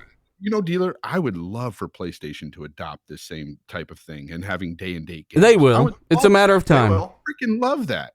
I mean, and PlayStation guys should want that too, Fonz, and they don't, or they say they don't. But they say they don't. But once they get it, somehow it's better than Game Pass. You know, it's it doesn't matter. I mean, it's hypocrisy at its fullest extent. I mean, the bottom line is Game Pass is an option. It is a pro consumer tool. If you want to use it and save money, and not have to spend money exactly at the time of a launch of a game. Because of whatever reasons, who knows? You got your car fixed and you don't want to spend $60. It gives you that option. It gives you a lot of options. So for anybody to put it down is stupid. I've heard that if games that have been from not being in Game Pass and being put into Game Pass now have three times the set of eyes looking at the game. So that's obviously going to make you buy a game like Rocket League, when it came onto Game Pass, went shot right up, sold a ton of copies just because people saw it and they liked it and they played it. They never would have played it. And there's games that you might never have played and you're playing it. And that's a testament to Game Pass. It's a very good thing for Xbox. It's a very good thing for gamers, and that's the bottom line. And Tim, this is an old story that we've told here with Dealer, and I forgot who else was in the party with Phil at that time. But remember, Dealer, when Phil was telling us that the engagement when people are playing online with each other, and this was about just game sharing at that time. This wasn't even about Game Pass, but he says when they connect together online like that and they share games, it promotes more game sales. They tell their friends about it, and their friends of friends, they ended up buying the games and stuff. And he was just explaining to us that playing games online like this just promotes game sales, and that is what Game Pass does as well. And I'm sure that was the bigger picture at that time. He probably knew that they were working on something like this at that time, even. But it was crazy to hear that from Phil, because at the time, like, I was even questioning him, going, why do you guys game share like this? Because, I was thinking, you only buy one copy and then that's it. You share it with your friends. So how are you getting any deal out of that, on their end anyway? And I was like, Vaughn, shut up. He told me on it. He was like, no, I'm glad you did. More games. I'm glad you said that, Fonz, because we sometimes we sort of hide that we game share, because you do it on PlayStation, you do it on Xbox. You don't talk about it as much, like we're kind of cheating the system. But the amount of people that are on Xbox Live and buying games and playing them longer will dumbfound the people that just don't understand, that think the Xbox platform is dead. Like, there are a ton of people playing on the Xbox all the time, buying tons of games, playing their games longer. But PlayStation is so massive. There's so many people playing there. It's another super successful, more successful platform. But people need to understand. You weren't there, Colt, but the way he said it was, they have the stats and everything that show that they actually have, a lot more game sales since they implemented game sharing. Well, and I was sure too, just for those that aren't keeping up here, when Fonz and I think all day was there, we had some people and we were all in a party with Phil Spencer, and we were talking about game sharing and all that stuff. And Phil's a really cool dude. Tim's talked to him a lot as well, more than all of us combined. But basically, they know that everyone game shares. Publishers don't necessarily like it. I tried my best to remind Phil that, hey, while you're game sharing, maybe that means everyone's kind of buying one copy and they're sharing, but they're buying double the games because they're spending half the money on the games, right? They're splitting the game cost, so they're buying more games as well. Tryhard Fan says that because of Game Pass, he was able to try Crackdown 3, Gears 4, and Sea of Thieves, and that by itself, man, that's over $100 that you just saved there. No problem. I definitely hear you there, brother. Kevin Lee. And if you got in on that dollar deal, you're saving a lot more. Well, don't you guys? Oh, yeah. I know a lot of us game share, but don't you guys feel like you're more apt to buy a game because you'll think, "Oh, my game share buddy, I can play it too." I've done that so many I feel times. more apt to buy, honestly, a third-party game like a Borderlands or anything like that because I know I'm going to have Gears. I already have it. Like I got it. It's done. Yeah, you're saving money one place so you can put it somewhere else. Yeah, you can put it somewhere. Again, buying more games. That's what I feel better. Like the Ghost Recon game and Call of Duty, I feel far more comfortable getting those because I know Outer Worlds and Gears of War are going to be there already, plus other games that we don't even know about coming September or October. Like it's just nuts. It's never ending. You have so much value there that if you hate on this, like I don't know, man, like just fuck off. And what did Microsoft say, Zucker, Honestly. about what did Microsoft? You did a video about Mount this. What did Olympus. Microsoft say about the quarterly releases. They're trying to bring out 4 games or 4 games a year, like basically first party games, one every 3 months. So you're gonna have one every quarter, and that's what it's gonna be every year. That's what they're trying to do. Are they gonna be huge AAA games? Probably 1 or 2 of them will be, but the other ones will be like a Detroit Become Human kind of smaller title.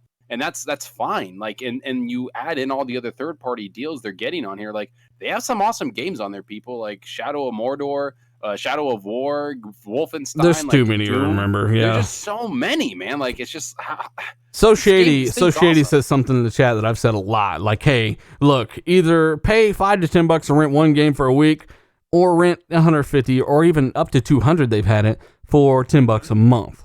Yep. You pick your poison. Plus all the new stuff, right? So Yeah, I plus used to discounts rent on games everything. So I don't know why we're sitting here talking about this. Like we forget that anybody with common sense understands everything that we're saying. They already know this. But I just hate to see people downplay such a consumer-friendly thing. And then there's people like, you're digging a hole with a golden shovel. I can't believe you're supporting Game Pass. It's like, you guys, stop fear-mongering. Look, this happens everywhere. This happens Netflix and everywhere. If you want to still buy it, you can. But for those that want this rental option, we already know fucking VG24 or whatever the fuck, 7. Just so you know, you don't really own the games on Game Pass. No fucking shit. Like, everyone already knew this. Imagine standing in front of a Blockbuster saying, "Oh, you guys are just going to ruin Blockbuster if you keep using this Netflix service." Oh my gosh. I don't know, man. Like, some of the articles, like, just to remind you don't really own the games in Game Pass. Like, gee, you motherfuckers is reaching. We already know this, idiots. So I mean, and you get a discount if you buy it within the Game Pass service too. I mean, It's nothing's like locked. you don't own the games you get for PS Plus either. Wilmy Hood says, common sense, you're on Twitter? Yeah, no. Fucking idiots everywhere. Idiots everywhere, man. It's crazy. Hey, Wilmy Hood just got a fucking monster PC, by the way, from Origin PC. Really recommend Origin. I got mine from there. Those guys know what the fuck they're doing. Do you guys want to go ahead and move on? We know everyone knows Game Pass is amazing. I think if you take anybody seriously says it's not, it's kind of, you might want to think a little bit more. Last of Us 2 release date rumored to be this February at PlayStation. Or no, hang on. It's rumored to basically be announced. The release date for Last of Us 2 is going to be a juggernaut, no matter if you like it or not. Last of Us 2 is a contender for Game of the Generation, Game of the Year, probably shoe-in most likely. And that's just going off their history. That release date is rumored to be revealed at November's State of Play. Thank God that thing's only 10 minutes long. That is a positive, I guess. Fonzarelli, are you anticipating this thing to hit in early next year? What are you thinking? Early next year for I don't know. You're talking about the game, or I feel like we had another D-batch on the panel. I don't know. No. Talented. No. What exactly? The game, the release date is rumored. Like, are they gonna announce the release date at PlayStation Experience this year? Right, like they have that PlayStation Experience in November. You know what? December. I think that they'll announce. Yeah, they should announce it around that time. That sounds right. If it's going to be released by, say, February, March, April. Yeah, I don't know. I'm glad to hear that, Fonz, because you were really adamant that it was coming out this year, buddy. I forgot about yeah, that. You know what it was? I wanted it to. I know you did. Oh, I know. So fuck it. Scarlett's coming out this year then. Fuck it. Let's do it. Let's go. But the thing Batman is 2. like, Yep. but you know what? They did come out and say that they chose to go with Death Stranding instead. They were talking about that. You remember that? There was a lot of stories that came out saying that the Last of Us 2 might have come out this year if not for Death Stranding being ready. So I understand it, but yeah, I could see Last of Us 2 coming. It's definitely going to come out early next year, not later. It'll be early because, of course, the PS5 will be out later in the year, and it's not going to be launching with the PS5. It's going to be the PS4 swan song. Yeah. Luca, are you gonna actually boot up Last of Us 2 when it comes out? Yeah. You didn't like the first one? I don't care about zombies, and I know they're not just zombies. zombies. I know they're not just zombies. What about compelling characters and world building? Yeah, I mean, I'm all for that. But I don't want to go back and play the first Last of Us, to be honest. And you asked me if I would boot up the Last of Us 2. I don't know. It depends. God damn it, Luca. I got a question. Luca, how excited are you for the new Destiny update? I said I'm not interested. Oh my gosh, soccer. He said, how excited are you for the new Destiny update, Luca? In September. I actually looked it up. It looks pretty cool. I'm not excited. I'm not excited. I'm pretty muted on how I feel about a lot of games coming out, except for Cyberpunk. It's the only thing I'm excited for. So there's that pep we've been looking for. Yeah. We'll have Luca on next year so she can be excited about a game we're talking about. Listen, whatever, man. But I'm sure that The Last of Us 2 will be amazing for everyone who is excited to play it. Yes. Good PR answer. Yes, I know. Thank you. I worked really hard she's right. Yeah, I'm sure it's gonna be a great game, man. The acting in that trailer when the guy's getting gutted, I'm like, fuck, this is a little uncomfortable. I feel like I feel like an IGN employee right now. I'm uncomfortable. He goes, when he gets gutted, he goes, oh, you smell like hot garbage. Honestly, like the bone crunching, and when she got her arm broken, I was like, oh. You felt it. That's rough. You felt it. It was rough, man. But hey, looking at The Last of Us 2 and everything that was going on with the trailers that they've shown and everything, and I love the first one. I was one that said, for sure, game of the year next year, right? But after getting really involved in The Witcher 3 and my excitement for Cyberpunk 2077 being there, I don't know, because if we're going to get the same type of mission structure, storylines, compelling storylines and stuff in Cyberpunk, I don't know. I mean, Fonz, I really love watching you walk over this bridge and just a ray of light hitting your fucking face, and you're like, I get it now. I understand the Witcher, fuckery. I've been giving this game a rim job for like years, right? Like, it's amazing. Yeah, and that's the thing. Like, Cyberpunk is more my type of game. I'd rather play shooters than a guy with a sword. Although I do like that as well, but Cyberpunk is more my type of game, and plus, everything else about it, it's cool. But what about first-person shooter? Yeah. But CD Projekt Red being involved and everything, that, man, with it again. I'm glad you finally see the light, man. It only took. You guys don't understand. Like, if you haven't played The Witcher 3, or if you started it like I did and really couldn't get into it. Probably playing it wrong. He's repeating the exact same stuff I said to him over the past 2 years. Yeah. You know what? I mean, I thought Dealer was talking. I admitted to Luca and Dealer both. I said I was playing The Witcher 3 wrong. Completely wrong. My fucking TV was off. No wonder. The combat in the game was just, it's more intricate. It's not just, slash this, slash that. You have to actually. You can rub Astroglide on your blade if you're fighting the right type of monster. I mean, all kinds of stuff. So, Dealer. The thing is like, I'm looking at, this CD Projekt Red is hands down one of the best developers there is out there. And I love everything they stand for when it comes to things in the industry, when they're talking about, microtransactions and stuff. And again, their mission structure, their world building, I'm all for their type of games. And I think that next year, as much as I love The Last of Us, it's one of my top 5 games of all time. I think Last of Us 2 has some real competition with Game of the Year. But let me ask you this, Fonz. Do you think Cyberpunk and even Witcher 3 stands a goddamn chance against Watch Dogs Legion? Oh, Oh my god, Stuart. oh, That God, game, after it seems Watch like Dogs it- 2? It seems like it's Oh, already no. dead, man. Watch Dogs Legion has no hype at all. I wasn't interested in it. Let us know if you are in the chat. I mean, I'm looking for somebody to I say liked anything. the gameplay. I thought the gameplay was cool. You just want to be an old lady, Zucker. Stop it. I watched So? the gameplay and I didn't get excited at all. It just seemed kind of, I don't know. Oh, hang on. We got Shizmo in the chat. He says his most anticipated game. You're the first one I've seen say that, man. So that's good. I mean, I want people to enjoy it. I'm just not hyped for it. But hey, I am hyped for everybody. Watch this live, guys. Almost 700 watching. Hit that like button. Share this where you share things. Help us out. It's a rough week for us, apparently. Let's try to get to over 400 likes for the show. 1,000 after the fact. You guys are fantastic. And of course, hey, let's get into the next topic. We got a developer talking about both the PS5. D-Batch, are you back? Yeah, I'm back. I'm here. I heard you laughing after you got off the walkie-talkie. So Was it that bad? it was Damn. fucking horrible. But, you're sorry. back. You're back. You sound great.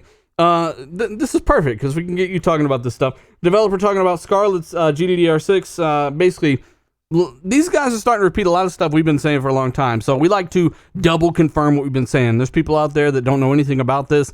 They're told that we're lying about certain things because the people that do say that don't know shit, and we do. And then developers come out and say the same thing that we literally said months ago. So we like to talk about it and kind of double confirm and fact check ourselves. But developers talking about the memory setup of the Scarlett, allowing for future super fast memory transfer and loading speeds, and the PS5 Zen 2, also the Xbox Zen 2 CPU that will allow for more complex enemies. D, we've talked about the ability to ramp up the AI compute, the complexity, the algorithms that the AI will use against you in games with faster CPU hardware, man. What are your thoughts? Yeah, definitely. Now, Zen 2 is obviously a big improvement over previous generation. Motherfuckers in the car? No, it's my stupid. Sorry. It's better than the previous generation, and it's rumored that these consoles are going to have 8-core, 16-thread Zen 2 CPUs. Wouldn't that be some shit if it really did have 16 threads, though, on top of not only the 8 new architecture cores, but 16 threads as well? That would be some shit. And I was always thinking before, that's a little bit overkill for a console because, we're not doing any type of rendering or, anything that we would really need all those cores. But at the same time, if they could use those cores for, more complex enemies, for better AIs, for whatever tricks they have up their sleeve, then, I'm all for it. And I really do think that these consoles are going to be a generation ahead of what we had before. And the GDR6 memory just being so fast, all these assets, they're just going to load in. It's going to be night and day to what we have right now. And a lot of people are still on this thing saying, oh, games aren't going to be 60 frames per second.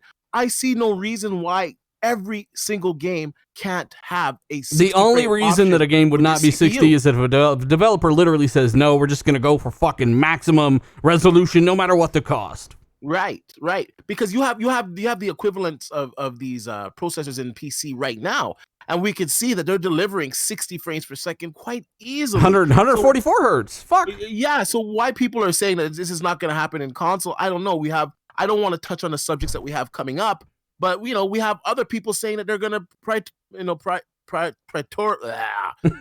make it a priority to have higher frame rates. I can't speak, man.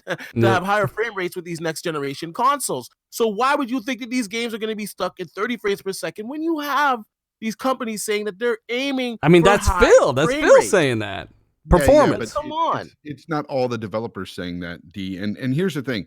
Usually when you go buy a new console, the first thing you see is graphics. And it's been a tradition that developers have always emphasized graphics to sell. But they've never had this kind of overhead before, Fonz. No, that's true. That is. They always that have is to cut completely true. corners, cut some of the settings out, or run but something at pretend- mild, medium settings.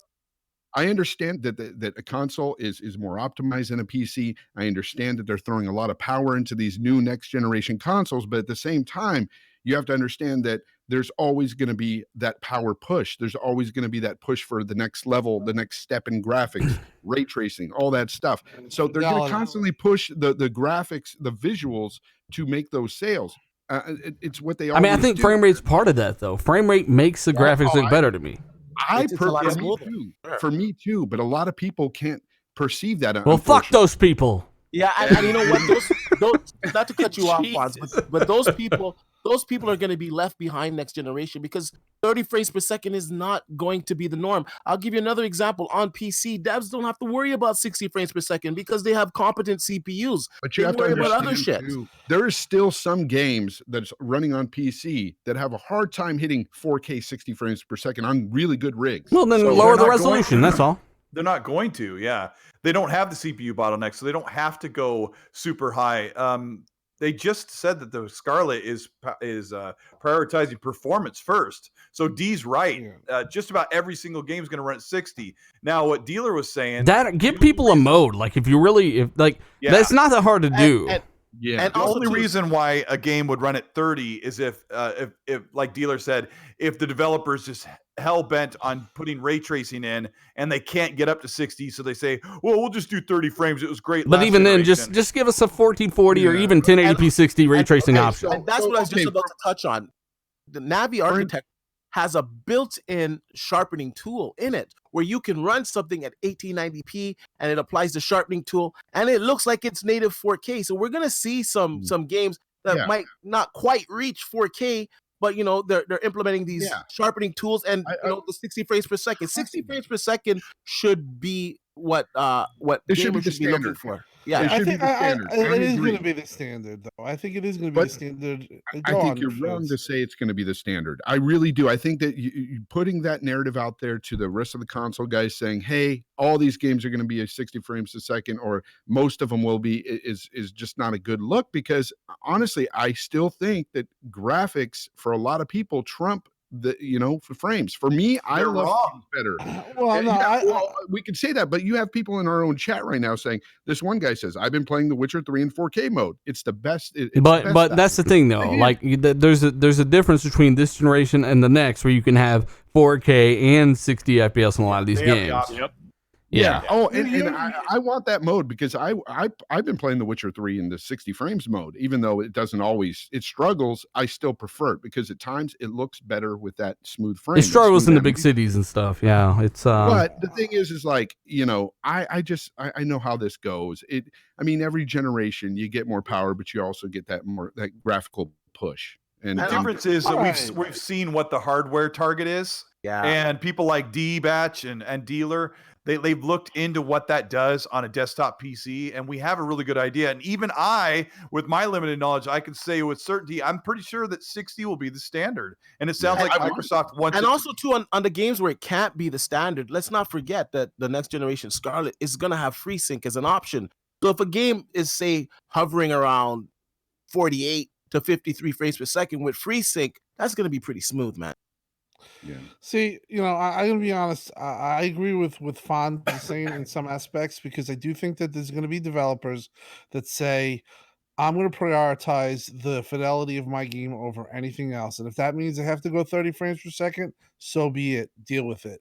And, people like us or people on the Switch panels might not be happy, but the bottom line is a lot of people won't notice. If the game looks absolutely fidelity, if it trumps everything else, it doesn't matter if it's 30 frames per second. But again, just give people a mode like they have today.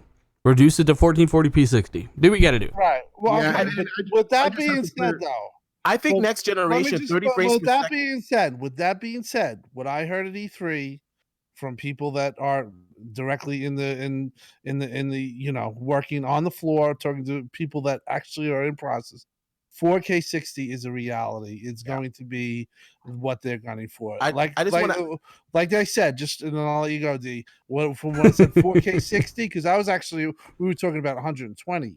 Because I was asking about 120, but it said 4K 60. Oh yeah, you'll see tons of that.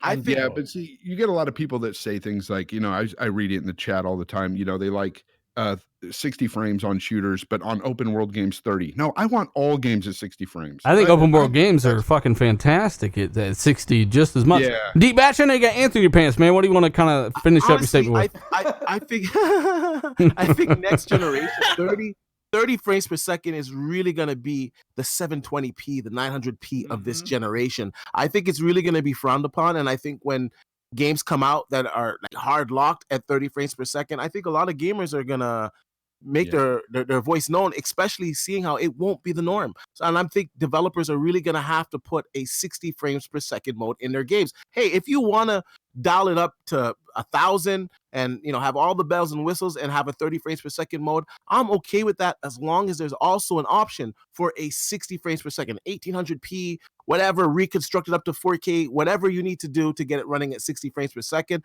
I think every game next generation should have a 60 frames per second mode. And I think that's going to be next generation's console race. I think between the PlayStation and the next Xbox, they're going to be talking about frames. Watch, you're going to be saying, "Oh, this frame dips more on PlayStation 5 or more on Xbox." I'm going to go even worse. There's going to be times during next generation when some of us say, "Man, I wish this thing would have ran at 120 frames," because there's going to be a couple of games that run at 120 frames. And there's going to be like this little complacency problem where there's going to be so many games running at high frame rate. Like the Forza Motorsport 8 might be one of those games that runs at 120.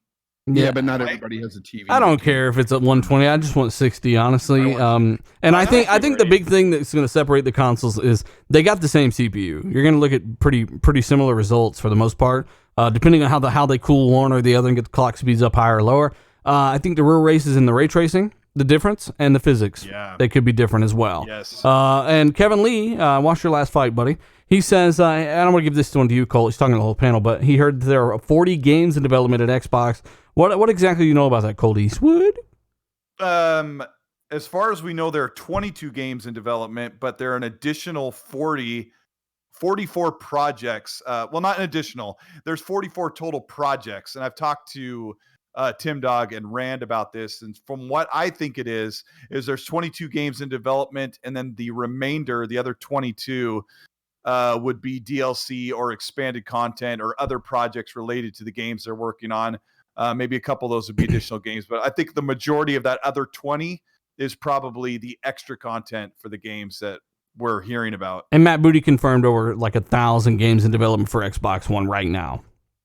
Yeah, with the idea at Xbox crazy. And yeah, it's nuts. So they're talking 40 games by just first party, right? Yeah, I think so. Like, yeah. So, 40 projects. It's kind of crazy when you have when you expand your studios more than double and have 15 studios now, huh? Yeah, that means they're getting out of gaming though, right? And they don't want to do it. Yeah, it's over. That means they don't want to be a part of it. That means that they're just. That means they're not building any games, right? Yeah, it doesn't mean anything. Like, so they double their studios just to not build games, right? Am I correct in that assumption? Yep, you are. You are. You're one of the smartest people online. They're building, you know what? It's Game Pass fodder, right? That's what they're making. Right. Hey, Zocker, how many games, when you look back at the Xbox One generation from launch until this year, like how many games did it look like Microsoft made? 4. Isn't it funny? None? It's like 0. It's like they made like 10 games when I look back at like the compelling games that actually were somewhat memorable and didn't do all that well. Like, and then you look at the future, it's like, holy crap. I mean, they made a dozen games, right? Sea of Thieves, Recore, a bunch of Forza games. They have a lot of games, man. They have more crazy. Than that. They have a shit ton of games. I'm sorry. Since the launch, like they've had a lot of games. Like, well, I mean, that's just what it is. Even if you even want to count like remasters, like the Master Chief or the Gears of War Ultimate Edition, like they've had a lot of stuff, right? That's just what it was. Like I remember this was like the beginning of the generation. But the last several years have been trash, pretty much. The last several years have been, not for me, but a lot of people haven't liked it. Oh yeah, I forgot you don't really play any games. You know what? I think listen, I think that there are exciting things happening in Xbox, and we should all be looking forward to the future and what they're going to do next generation. I think it's there's finally a light at the end of the tunnel, so to speak. So. You think so, Luca? You think the hard times are behind the Xbox brethren in the chat here? I sure hope so. Yeah. I sure hope so. If that's the case, what about all the flip-floppers? Think of the flip-floppers. Damn. I don't give a shit. I don't give a shit if you prefer one platform or the other, but constantly running the other one at the ground. Like, there's a reason we don't do that. It's kind of what it is. Hey, we want to go ahead and move forward. This is kind of some interesting stuff as well. We've got good stuff on the next generation front stuff, and we got a little bit more to talk about on that. This show's kind of running long as fuck. We spent a long time on that first topic. PS5 release date is basically set for PlayStation Experience in February, according to a brand new rumor. So it could be likely that they have a pre-E3 event, and they're going to show off the PS5. We know they're going to show it off sometime before next E3. They always do. They always have an event before E3, and then at E3 they announce the price, or they show the box, or they do something. Like, Tim, what do you think the odds are that this is actually accurate? Zero. I mean, they might announce it, but the consoles same time. Xbox November. Well, that area it is not coming. I think it's kind of, I don't know, these rumors with PlayStation. I don't know what the hell people are doing. Like, I heard the rumors of they're going to buy new studios. Haven't seen shit about, like, oh, they're going to announce the release date back in May. Remember about what do you call it, Days Gone or whatever the hell it's called, Last of Us 2. They were going to do that. Nothing. Like, everybody just has all these rumors come out about PlayStation, and PlayStation doesn't say shit. They just kind of chill. They said, "I love that mind share. Give it to me." Yeah, they don't, like, I don't know, man. People just always want these rumors. They didn't want E3. They didn't care about E3, but they were fucking banging at the door for any release date of anything, right? And so it's just kind of like, let's just chill. We know that the PS5 is coming. We know Scarlett's coming. Just chill. It's not going to be the beginning of the year. Like, these rumors are just kind of dumb. I don't know. So what are they? They're saying that it's going to come out or it's going to get announced. It's going to get announced that experience and come out in February. Yeah, it's not going to come out in February, but I think it probably will get announced at the PlayStation Experience. That'd be the perfect place for them to announce it. And is the PlayStation Experience in February next year, or are they having it this year? They're calling it they're calling it a PlayStation meeting. It's not experience. Here's your bagel. This is a rumor, by the way. So, hey, Lethal's in the chat explaining to people how much better frames are with a 4K mode in Gears 4. I remember when we got on there, I said, Lethal, change it to performance mode. And he got on there, he's like, holy fuck, I can see. Yeah, so people don't understand that clarity is amazing. At the time, my son was 12, and I did a back and forth test between the 60 frames mode in that game and the 30. And my son was like, why is it lagging? And I go, it's not. And I go, that's the frames. He goes, well, put it back. So I'll say this: if it does come out in February, I don't think that's true anyways. But if it were to come out in February, that would tell me that they have the least powerful console. And they're trying to get a jump start for the next generation. They're not. Didn't they already announced PS5 with that like random ass Tuesday? Like where he brought out some specs, talk all that. Like when Mark Cerny.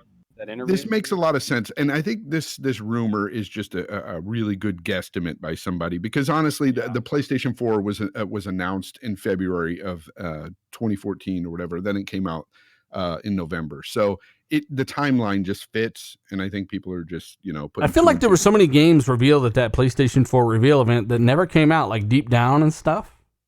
Medieval. Whatever happened to Deep Down? Remember they even had a tech demo of the Wizard. Do you remember that? Yeah. It's like, I mean, if Xbox had tried to do something like that, now they get vilified. I mean, come on. Well, you have to give Sony credit. It may take 10 years, but the game's coming. Yeah, we'll see. Matt Booty confirms that all the big and he does. People are saying, well, he says he thinks. Well, he's the head of the snake, and the head of the snake usually thinks. Right? The body does what the head says. And if Matt Booty, the head of the snake, the head of first party games, is saying, I think all the big, basically AAA franchises are definitely staying on Xbox, not going anywhere, that's his way of saying it, like, in around, not like he's saying, I don't know yet. He's saying, yeah, I think that's what we're going to do. In an interview sense of the word. Like, I don't know why people are trying to reach around this. Like, that's kind of dumb, but Matt Booty basically says he confirms that all the games like Gears, Halo, and Forza and Sea of Thieves, all their bigger franchises are definitely staying on Xbox only. The Halo coming to PlayStation thing has been a thing since Halo 2 back on the original Xbox. Like, you guys got to remember, this has been happening for a long time, and we got a lot of people saying that they're going third party now. Ninja Theory crushed this last year when they said, look, the thing that's going to change with all this is our games will be focused on the Microsoft platforms. PC, Xbox. We know this will upset some fans, but hopefully you can still join us. They've said it themselves. So all this stuff about Xbox going third party is so dumb, Tim. Yeah, it's really stupid. The article even mentions that they say they preface Outer Worlds. They said, well, I think that they said, well, meaning that Outer Worlds would be only exclusive. Like they can't control where the first game goes, but with the sequel, now they got the sequel rights. He said they want to turn that into a big exclusive franchise as well. Right. So you're talking about Outer Worlds 2 is going to be exclusive. He definitively said, yeah, he agreed with the guy in the question. So he did say that he would give wiggle room for if it makes sense in the case of like Minecraft. And the developer wanted to go multi-platform. It has to make sense, and it has to be the type of game. Like, let's say that they bought, Psychonauts, or well, not Psychonauts, the game for Rocket League. Let's say they bought Rocket League. Okay, that game probably would be a multi-plat if they would go for a Rocket League 2. Something like those games might be multi-plat on an Xbox platform, but the majority, and especially the big AAA games, are going to be exclusive to Xbox. You have to have some type of exclusivity or some type of reason to buy into your ecosystem. Yeah, because So I think Matt Booty. I think Matt Booty pretty much put a lid on all the bullshit that's going on. With Something that I had third-party. said was that people are blaming Game Pass and stuff for it's inevitable, the death of Xbox. When in reality, services like Game Pass are probably actually insinuating the acquisition of exclusive content you can only get on something like Game Pass. Colt, do you kind of see that? Yeah, because it's a service war in the future. It's PS Now versus Game Pass, EA Access versus Ubisoft service. Like, it's a thing. Yeah, Microsoft doesn't need you to buy the Xbox to play their games because they're more diversified. Like PlayStation, you have to be locked behind the Right plastic little fence. So they need you to buy the PlayStation to get their games, which means they may even hold their newest stuff to only PS5. But Microsoft wants you in the ecosystem. They want to draw you in with Game Pass. They want to draw you in with their franchises that you can only play in their ecosystem, carry and build your library there, and be on Xbox Live and be active and engaged in spending your money. Why don't people understand that? And I know he's talking about like games. What he was saying is like games like Minecraft Dungeons, right? Like that game looks cool as shit, and it's gonna be a giant game. They're not gonna make it exclusive to Xbox. I mean, the best-selling game this month on PlayStation was Minecraft. People, #1 selling game in July. So that's there's a reason to do that. There's a reason to have these big games like this that are bigger than just one system to be everywhere, because you're gonna make a lot more fucking money doing that. Wait a minute. Minecraft is gonna be everywhere. Okay. I have to chime in here though, but I mean, then you could say the same thing about God of War and say it's bigger than one system. We've said that. Foolish. Yeah, I've said that. It would be. I God mean, of War if God of War was on Xbox, you don't think it would sell well? Come on. Isn't it funny how people bragged about how well Spider-Man sold while not realizing that it would have sold more if it were among consoles? Like, why are you bragging about the sales and then bragging about how it's locked down in one box? It's because of the mindset. Yeah, but the reason why I bring that up is because you guys, are talking about how, they're trying to get people into the ecosystem, trying to buy, Microsoft and all that.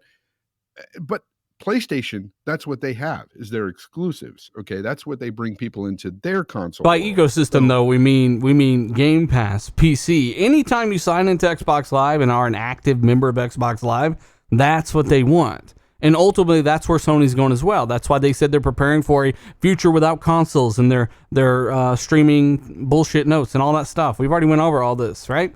That's kind of the thing. Like, it's an option. And they just want you to sign in, be active, buy games on that ecosystem. It doesn't mean one box. It's never meant one box. So that's what the way Microsoft are looking at it. Look, buy our game. It's on more platforms so we can get more sales. We can invest more into Game Pass. We've already seen it. Yeah, and I'm good with that. But at the same time, like, you won't, like, I'm not expecting to see a PlayStation exclusive on an Xbox. No, and again, Matt Booty, that's why Matt Booty gave this interview. He talked about the smaller games, the bigger games would be locked down to their services, their ecosystems, but games like Psychonauts, for instance, especially ones that have prior arrangements, are going to go multi-platform. That was a game that was already set to come to PS4. It was in the agreement for the Kickstarter or whatever, right? But he also said, not that it was happening, but he also said that if they wanted to keep Psychonauts 3 or whatever on PS4, he's not going to stop them. But other teams like Ninja Theory are saying, look, our games are only going to be on Xbox. They've already confirmed this on Twitter and in their video about the acquisition. So there's a lot of confusion. Maybe someone should make a more definitive statement. Here's an example. What about Insomniac Games? They made Sunset Overdrive for the Xbox, and they went over and did Spider-Man for the PlayStation. They're probably going to make some other multi-plat games. I don't hear people screaming about that. Like, to be honest with you, as a gamer, I prefer to play on Xbox. I have all the consoles. I play on Xbox. I play on PC. As long as the game that I want to play is available on my platform, to be honest with you, I really don't care where else it goes because I'm able to play the game. Yeah, it doesn't hinder your enjoyment of a game, but it's the mindset that has been established from last generation, and especially right now in the beginning of the generation, that PlayStation has like the control over the exclusives and you can only get them there because, let's be honest, almost the entire generation on the Xbox, you could play Xbox games on PC. There was very few exceptions. Sunset Overdrive, Halo 5, and Forza 5. That was like basically the only on Xbox One exclusives. And it's harbored this attitude and this culture with people that say, well, you can only play that game on my console, and so you can't have it. That's what it comes down to. It boils down to some fanboy shit, like some 2014 really shit, is. 2015 shit. We've moved on. We understand what the future is. Games will be on more and more devices on both sides. This is confirmed. Sony has said this. There's no arguing against it. So it's time to move on with them. You're the naked motherfucker on the side of the interstate I talked about like a couple months ago, right? Those guys are already flying down the highway. Like, what the fuck are you doing back there? We're up here. We're doing this. We're trying to expand our sales. We're trying to get more units out there, and we can only do that by expanding our user base. This is why Sony have pushed that agreement with Microsoft to use their cloud servers to stream PS Now, right? Exactly. It's not going to just be on the PlayStation platform. It's going to be on whatever they can get it on. And what did IGN say yesterday, dealer? Is this in your topics? They said, what Xbox franchises would you like to see on PS4 or PS5? And hey, hang on. Andy. Bitch face. I ain't lying about shit. Sony have literally covered this themselves. They've released slides talking about a future console-less future. Everyone knows about this. So try Googling some shit before you accuse someone of lying. It's that fucking easy. They literally said they don't know if there's going to be another console after the PS5. They said we're preparing for a console-less future. Yep.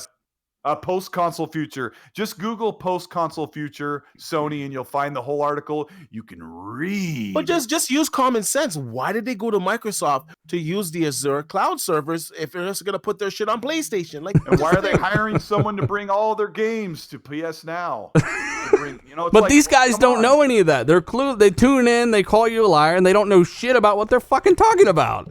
Whereas we covered their job listings for PS Now coming to all devices months and months and months ago. They don't even know about the fucking job listings because no one on the Sony side talks about it. He's the guy stuck in the Sony PS4 reveal. He's still there in the theater after everyone left when they announced about exclusives and how Xbox One was going to have DRM and you couldn't play used games. Like, he's still there in the theater going, exclusive.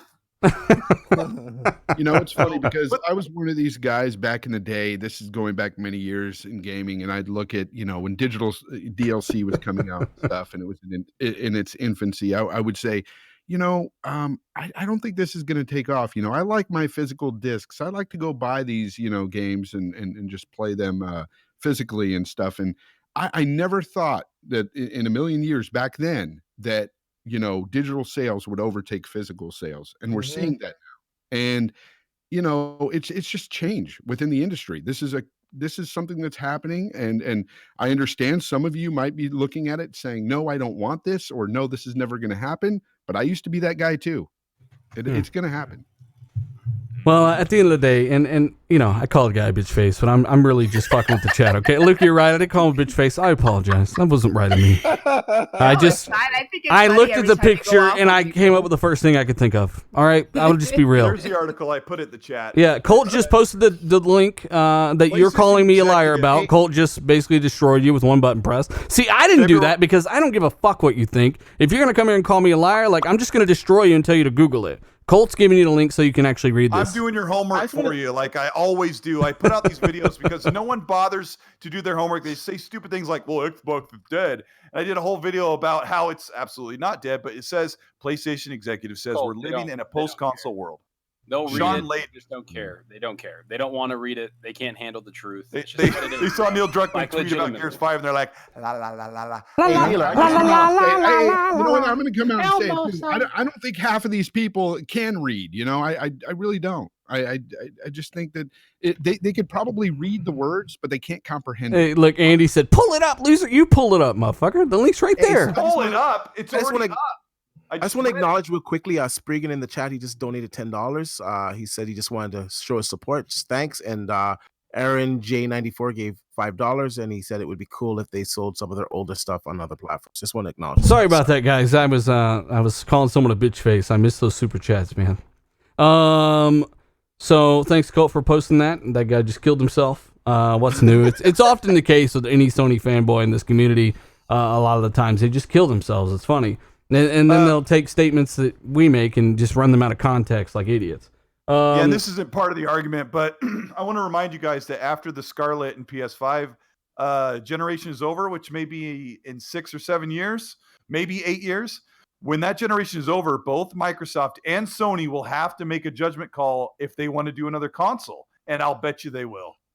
Right, Whoa. Fonz? Yep. Yeah. In 2027, 2028, right?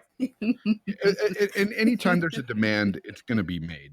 So I think there'll be another console no matter what. I don't care if you think that Xbox consoles didn't sell well enough. Microsoft already said now they're ready to be committed to the console. So yeah, just read one. Well, hey, let's go ahead and talk about, and shout out to everybody who's still here, guys. Hit that like button if you're checking us out. 1,000 likes after the fact. We already hit our current live stream goal, as we call Andy a bitch face. I want to go ahead and... His Google's not working. His Google's not working.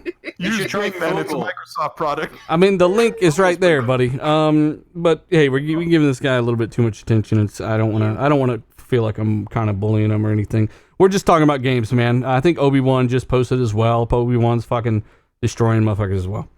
So Phil is basically saying that Phil made a tweet, and we'll kind of wrap it up with this. Phil's talking about the inclusion of more single-player games in the Xbox ecosystem. Somebody tweeted out and said, hey, can you at least tell me that there are single-player games on the way? I covered this in my last video. Phil says, yes, we have a bunch of new single-player games in the work with new Xbox Game Pass Studios, or Xbox Game Studios, rather. We're working on a lot of this stuff, Luca. I mean, does this kind of put you at ease? Have you ever thought, are Microsoft serious about single-player? What are they doing? Does this kind of at least give you a little... Because the problem with Microsoft is they just don't give you enough information. Like, one tweet from Phil could destroy so much doubt, but I don't think he's listening to the people that give him that impression that he should do that. Like, does this kind of make you feel a little bit more at ease about what their direction is? They are investing in single player. Listen, I'm gonna be honest with you. I wasn't worried beforehand, so there's nothing to put at ease for me personally. I also feel like maybe he should spend less time tweeting. Who, Phil? Because people tend to take his tweets and they twist it into something else entirely, or make it a big deal and blow it out of proportion. And I just I don't think anybody takes those people seriously, though. Yeah, it's a very small group of like little rats that scurry around and try to make everything negative, you know? Yeah, but it's like people still talk about them. Like, you guys still talk about these guys, so in a way you are taking them seriously. I think it makes good conversation. Luca, don't you agree? It's not that we take him seriously. Huh, okay. Well, anyway, I just feel like it would be better if he didn't tweet as much, just so people wouldn't take that information and run with it and try to twist it into something else. But like I said before, I wasn't worried about their single player output or anything like that. Like, I mean, it's in the works, you know? You just have to be patient. And I'm not concerned about anything happening next gen, to be honest. Like, I know that this generation's been pretty bad for Xbox in regards to a lot of things, but I'm not, like, down on it like everyone else is in the community. You know what I mean? And I just, it's like, it is what it is. And I think that they've shown me so far with investing in new studios and adding new employees that they are serious about at least their first party output.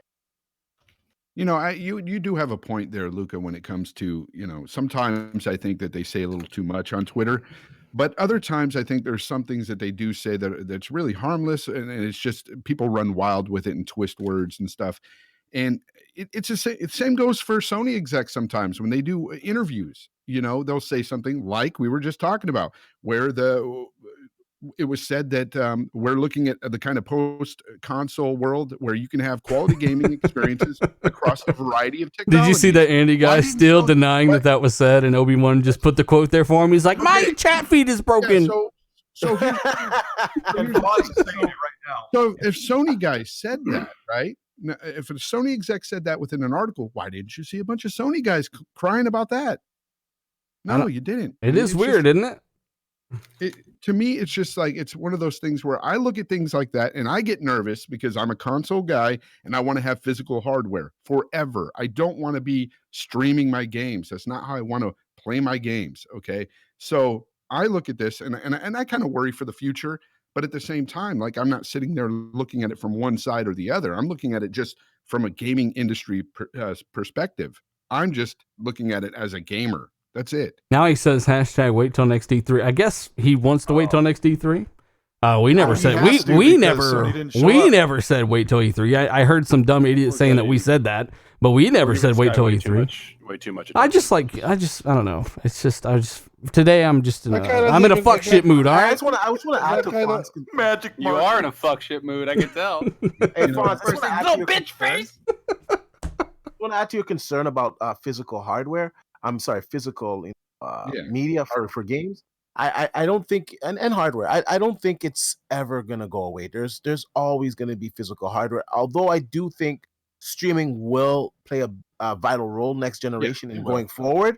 I still think the hardcore are always gonna want to have physical hardware and have their games physically as well, because you just get a better experience over streaming. Streaming will never ever replace having the real McCoy in your house. It's just something to complement the real McCoy, and it's something to lure the casuals into gaming. Here's the thing, even Phil himself has said that. Yes, he has. So I mean, where's the Sony guys talking about that? They're not. I mean, when you play this fanboy rhetoric game, you're going to go with just those stupid narratives that you want to run with, the negative BS that you can twist and manipulate. When one of the execs says something, let's twist this and make it sound like it's the end of the world. That's the kind of stuff they're constantly doing on Twitter. One of the reasons why I hate freaking Twitter, but it's like one of those things where it's a love-hate relationship. I like it some days, other days I hate it, but I just get so tired of that whole fanboy nonsense. It's dumb. And honestly, we are giving this way too much time. The fanboy is dead. Honestly, it's dead. You're a fucking dinosaur. Yeah. Well, I mean, on subject, I think that Luca hit it on the first party. I think that the single players is definitely going to come first, because Microsoft is really not dictating to these developers. They're kind of a facilitator for them. So if they need money or they need more employees or they need resources, they're going to help them. But whatever these studios want to come out with, they're going to do, and they're going to just get the support. There's no force feeding, from what I'm told, Microsoft. And I think that they've said that publicly, but I've heard also that that's the way that they're going. It's a hands-off approach. They're there to help. So I do think that single player games are going to come. I think you get a single player game from Ninja Theory. I think you're going to get a single player game from a couple of the Compulsion. So the single players are coming, and there's really to be that worried about. You have 11 new studios. They've hired over. I remember when you video dealer, it was 600. That number is about almost double now. It's over 1,000. They've hired 1,000 devs within the footprint of all their studios, and hired employees to grow and expand these games, to make bigger games, to make single player games, to make multiplayer games, to make all of the games that we all want. So really, there's no need to have reiteration. As far as the Twitter's concerned, Phil has stopped really. He used to tweet a lot, and one of the reasons why he stopped was because his position, and also the fact that people do take some of his stuff and they do twist it, or they do use it in a way they can use against Xbox. So I think that he's very guarded on that, and that's that. It is what it is. It's unfortunate, but I understand what you're saying, Dealer, that they should also, when there's something like a narrative that the hardcore isn't being taken care of, they should, double down and say, hey, hardcore, we hear you. Wave a hand and say, we love you. We're making games. It's not hard to do either. No, it's not. And you can't spin that. If you just say, you got to be a little more down to earth with your statements instead of having that PR bubble there. Right? And I figured out why I'm destroying Andy in the chat, guys. I'm a little hungry. I'm a little hangry right now. I am too. Have a Snickers. I'm fucking starving. And this show is going pretty long. The show, man. I thought you went to go eat before the show. Like, no, I grabbed some coffee and realized I didn't have any fucking creamer, so I was gonna die. Hey, Lethal says, I love how certain guys in the chat change the way they are depending on the podcast they're on. Yeah, I guess Lethal. You got some tea, Lethal? I guess hear about it. I guess Lethal sees certain guys on other podcasts and maybe they're acting a little different, talking a little shit. Lethal's got the Eye of Sauron over here. I love that reference. Hey, we do want to thank everybody who showed up. A little shit talking this week on Andy in the chat. We apologize, buddy. It's not personal. It's just a little. I need a little food. It's not a big. I need a little bit of food here. So, thanks for everyone showing up. We'll try to maybe keep it a little bit more professional next week, and I'll eat something before the show. The show is long as hell. Shout out to everybody: William Lanza, Shady. We got Dion. We got all you motherfuckers. Tryhard Fan, Mega Bad C. We had Salty. We had Noof. We had so many people in the chat. You guys are fantastic. Fantastic mods. Give everyone a thumbs up as a mod. Obi-Wan FTW, Lethal Papa, all you guys. Fantastic. Womi Hood. And so many more, as well as the panel members. You guys rock. Another show. We are still kicking along. Second show on Discord. No issues this week. And, as we go, the weeks to come, I'll try to maybe improve the layout, maybe get something made for this. All this stuff costs money. Like, I don't think people understand that. Like, in my new videos, I got new overlays in my videos. That bitch costs $150. Like, this stuff costs money. So we're always putting money back in the channel, trying to make stuff better, make production value better. You guys always help by checking out the videos and supporting the super chat and all that stuff. If you want to become a member, put 2 and 2 together. Dealer needs money. He's hungry. Yeah, I need money, right? Send groceries to Dealer's house. Hey, if you do want to become a member of the channel, hit that join button. It helps a lot. And of course, there's Patreon link down below. Check that stuff out. Just gave away a copy of Sunken City to Centurion and a copy of Assassin's Creed Unity to, who was it? Fuck, I forget the other person's name, man. Assassin's Creed Unity? Not Unity. Fucking Unity. Odyssey. Oh my gosh. Assassin's Creed. What kind of shit Assassin's Creed Odyssey. You're not a good guy if you get him in. I know. Here's Unity, bitch. Thanks. On sub, everybody. Yeah, I don't condone giving out Assassin's Creed Unity to anybody. But I gave Assassin's Creed Unity DLC. Green Zelda hat. Hey, I gave away an extra game because the support on Patreon has been so awesome. I get so many awesome dudes that support me on there. Thank you guys. So I gave away an extra copy. I gave away Assassin's Creed Odyssey, not Unity. But again, thank you guys for rocking out with us. Hit that like button on your way out. Check out the links down below. Hit that join button if you give a fuck. Let's get some outros going. Cody Eastwood, thanks for joining us again, buddy. What have you been playing? Where can people find you? Dealer, you and I just finished Wolfenstein Youngblood. It's not quite worth $30, but it's still kind of a I think game. It is worth $30. Yeah. It's Okay. Yeah, it's close.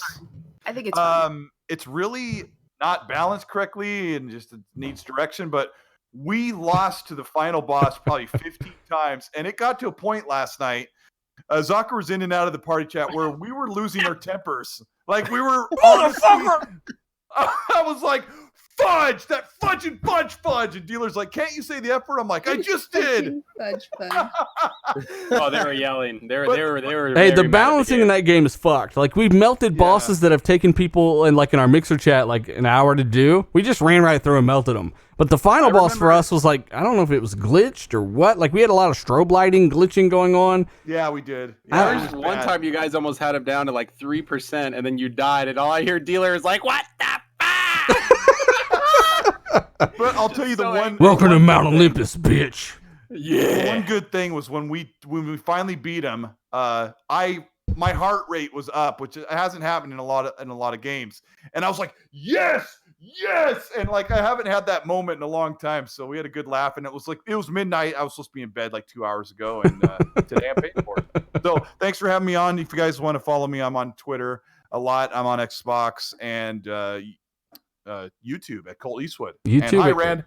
Yeah, Rand says welcome to Mount Olympus, which is Zucker's little streaming catchphrase. Hell yeah. Ryan Eisenberg, thank you so much. Have a couple burgers. I will actually. We've also got another super chat. If this chat will stop moving all over. Kevin Lee, here's a tip for them burgers. Thank you so much. Appreciate it, guys. You guys are fucking fantastic. Hey, D Batch, buddy, what have you been playing? Where can people find you? And how's that walkie-talkie doing? I haven't been playing anything, to be honest with you guys. I just got over my one of my best friend's weddings on the weekend, so It took me a couple of days to recover from that. You guys can find me on Twitter at D_batch. And of course on YouTube at DBatch. It was a great show. Good to podcast you, man. Of course. You're one of the best. That's why I wanted to have you on the show towards the beginning, but we had to replace a couple, a dud or two to get to you, man. And Not Luca, though. I'm not talking about Luca. I do not want that to be misconstrued. She's one of the best panelists we've ever had. Isn't that true, Luca? You've been playing Wolfenstein. Tell people what you think of that. I've been playing with my game share partner. I actually really like it. I love the verticality, so you can move up and down and just hopscotch all around the place. That's what I'm doing when I'm fighting the boss. But I will agree with you, the balancing when it comes to the bosses, I don't know what. It's like you don't know what the fuck is going on when you go in there. I'm like, am I doing damage to this boss? Why is it still alive? Like, I don't know. I don't know what's going on with that. But overall, I think it's a fun game. If you have someone you're cool with, you want to chill with, you want to just play a co-op game, you should check it out. I think it's fun. So, but you guys can find me on Twitter at the Ash and Luca. Thank you so much for having me. I had a lot of fun. Always a good time hanging out with my boys. So yeah. Shout out to the chat. You guys. I am not a little boy.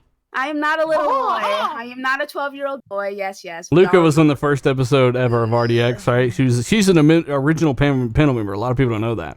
And the first episode, she spent 10 minutes trying to convince everybody she's not a little boy. It doesn't have to be like that. The comment section was wild, and they were like, "Oh, Luca." Hey, you was on some fuck shit back then too, though. You guys. I remember some of the Luca rants. I do not recall. Yeah, of course you don't. That wasn't me. I've grown as a person ever since. Well, Luca, I want to thank Will Sims in the super chat. How about that? For the $5. And also, I want to move on and thank Jay Fonzarelli for showing up, buddy. What have you been playing? Where can people find you? Yeah, you can find me here on YouTube at The Grounded Gamer. You can find me on Twitter at jfonzarelli. And of course, I've been playing that Witcher 3. And like I said, on that last expansion, and I'm having a blast. You're on Blood and Wine? Yep. Oh, shit. Jeez. You said jeez. Yeah, Fonz is... Yes, it was amazing. Wow, okay, we got to talk about that later. I think Hearts of Stone was actually better than the main game. It is. In my opinion. In terms of like the storyline, just the way it flowed and what happened, it was really cool. So yeah, it's all great, and that's the best part about that game is the main story is great, the side content is the best of any RPG ever, and then you got two of the best expansions ever made.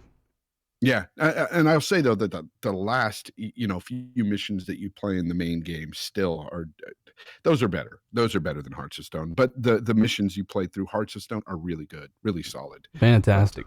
I'm just loving that game, man. What's the concurrent theme there? Is it the CD Projekt Red, or just no one can fuck with them, or they're just they are masters at their craft when it comes to mission structure and storylines. It's amazing. Like I honestly, I can't wait for Cyberpunk. Can't wait. Real quick, I just want to say that what I really liked about their expansions is that they were priced crazy well. Like Hearts of Stone was $10 for 10 plus hours of content. And at launch it was $10? Yeah. Holy fuck. And at the time I was playing Fallout 76, and that Automatron DLC was $15 for 2 hours. I was so angry. You mean Fallout 4? Yeah, Fallout 4. Yeah. Yeah, Fallout 4. So I was like, all right, well, yeah, so it just, they really stand out in terms of really giving you a lot for your money. Hey, they're consumer friendly. Lod 75 says Dealer, Colt, Fonz, Luca, and D are the original OGs. No, D is actually a replacement. People already forgot about All Day. All Day was an original member. D replaced All Day. And I kind of wanted to get D in there from the beginning too, because D, we've been working together since D has been on YouTube. I think Zocker replaced me when I was gone for a few months. No, I think that was Shady. Yeah, it was Shady. Oh, okay, it was Shady. Yeah, I just talked to Shady yesterday on Xbox. That was definitely Shady. Tim Dog, buddy, what have you been playing? Where can people find you? I know you're ready to get the fuck out of here. No, you can find me on Twitter, xCloud Tim Dog. You can also find me here at Clock Tuesday, Eastern Standard Time. I've been playing Tomb Raider the Shadow of the Tomb Raider. I was playing with you, then I finally got past that tomb. And you switched it to that performance mode.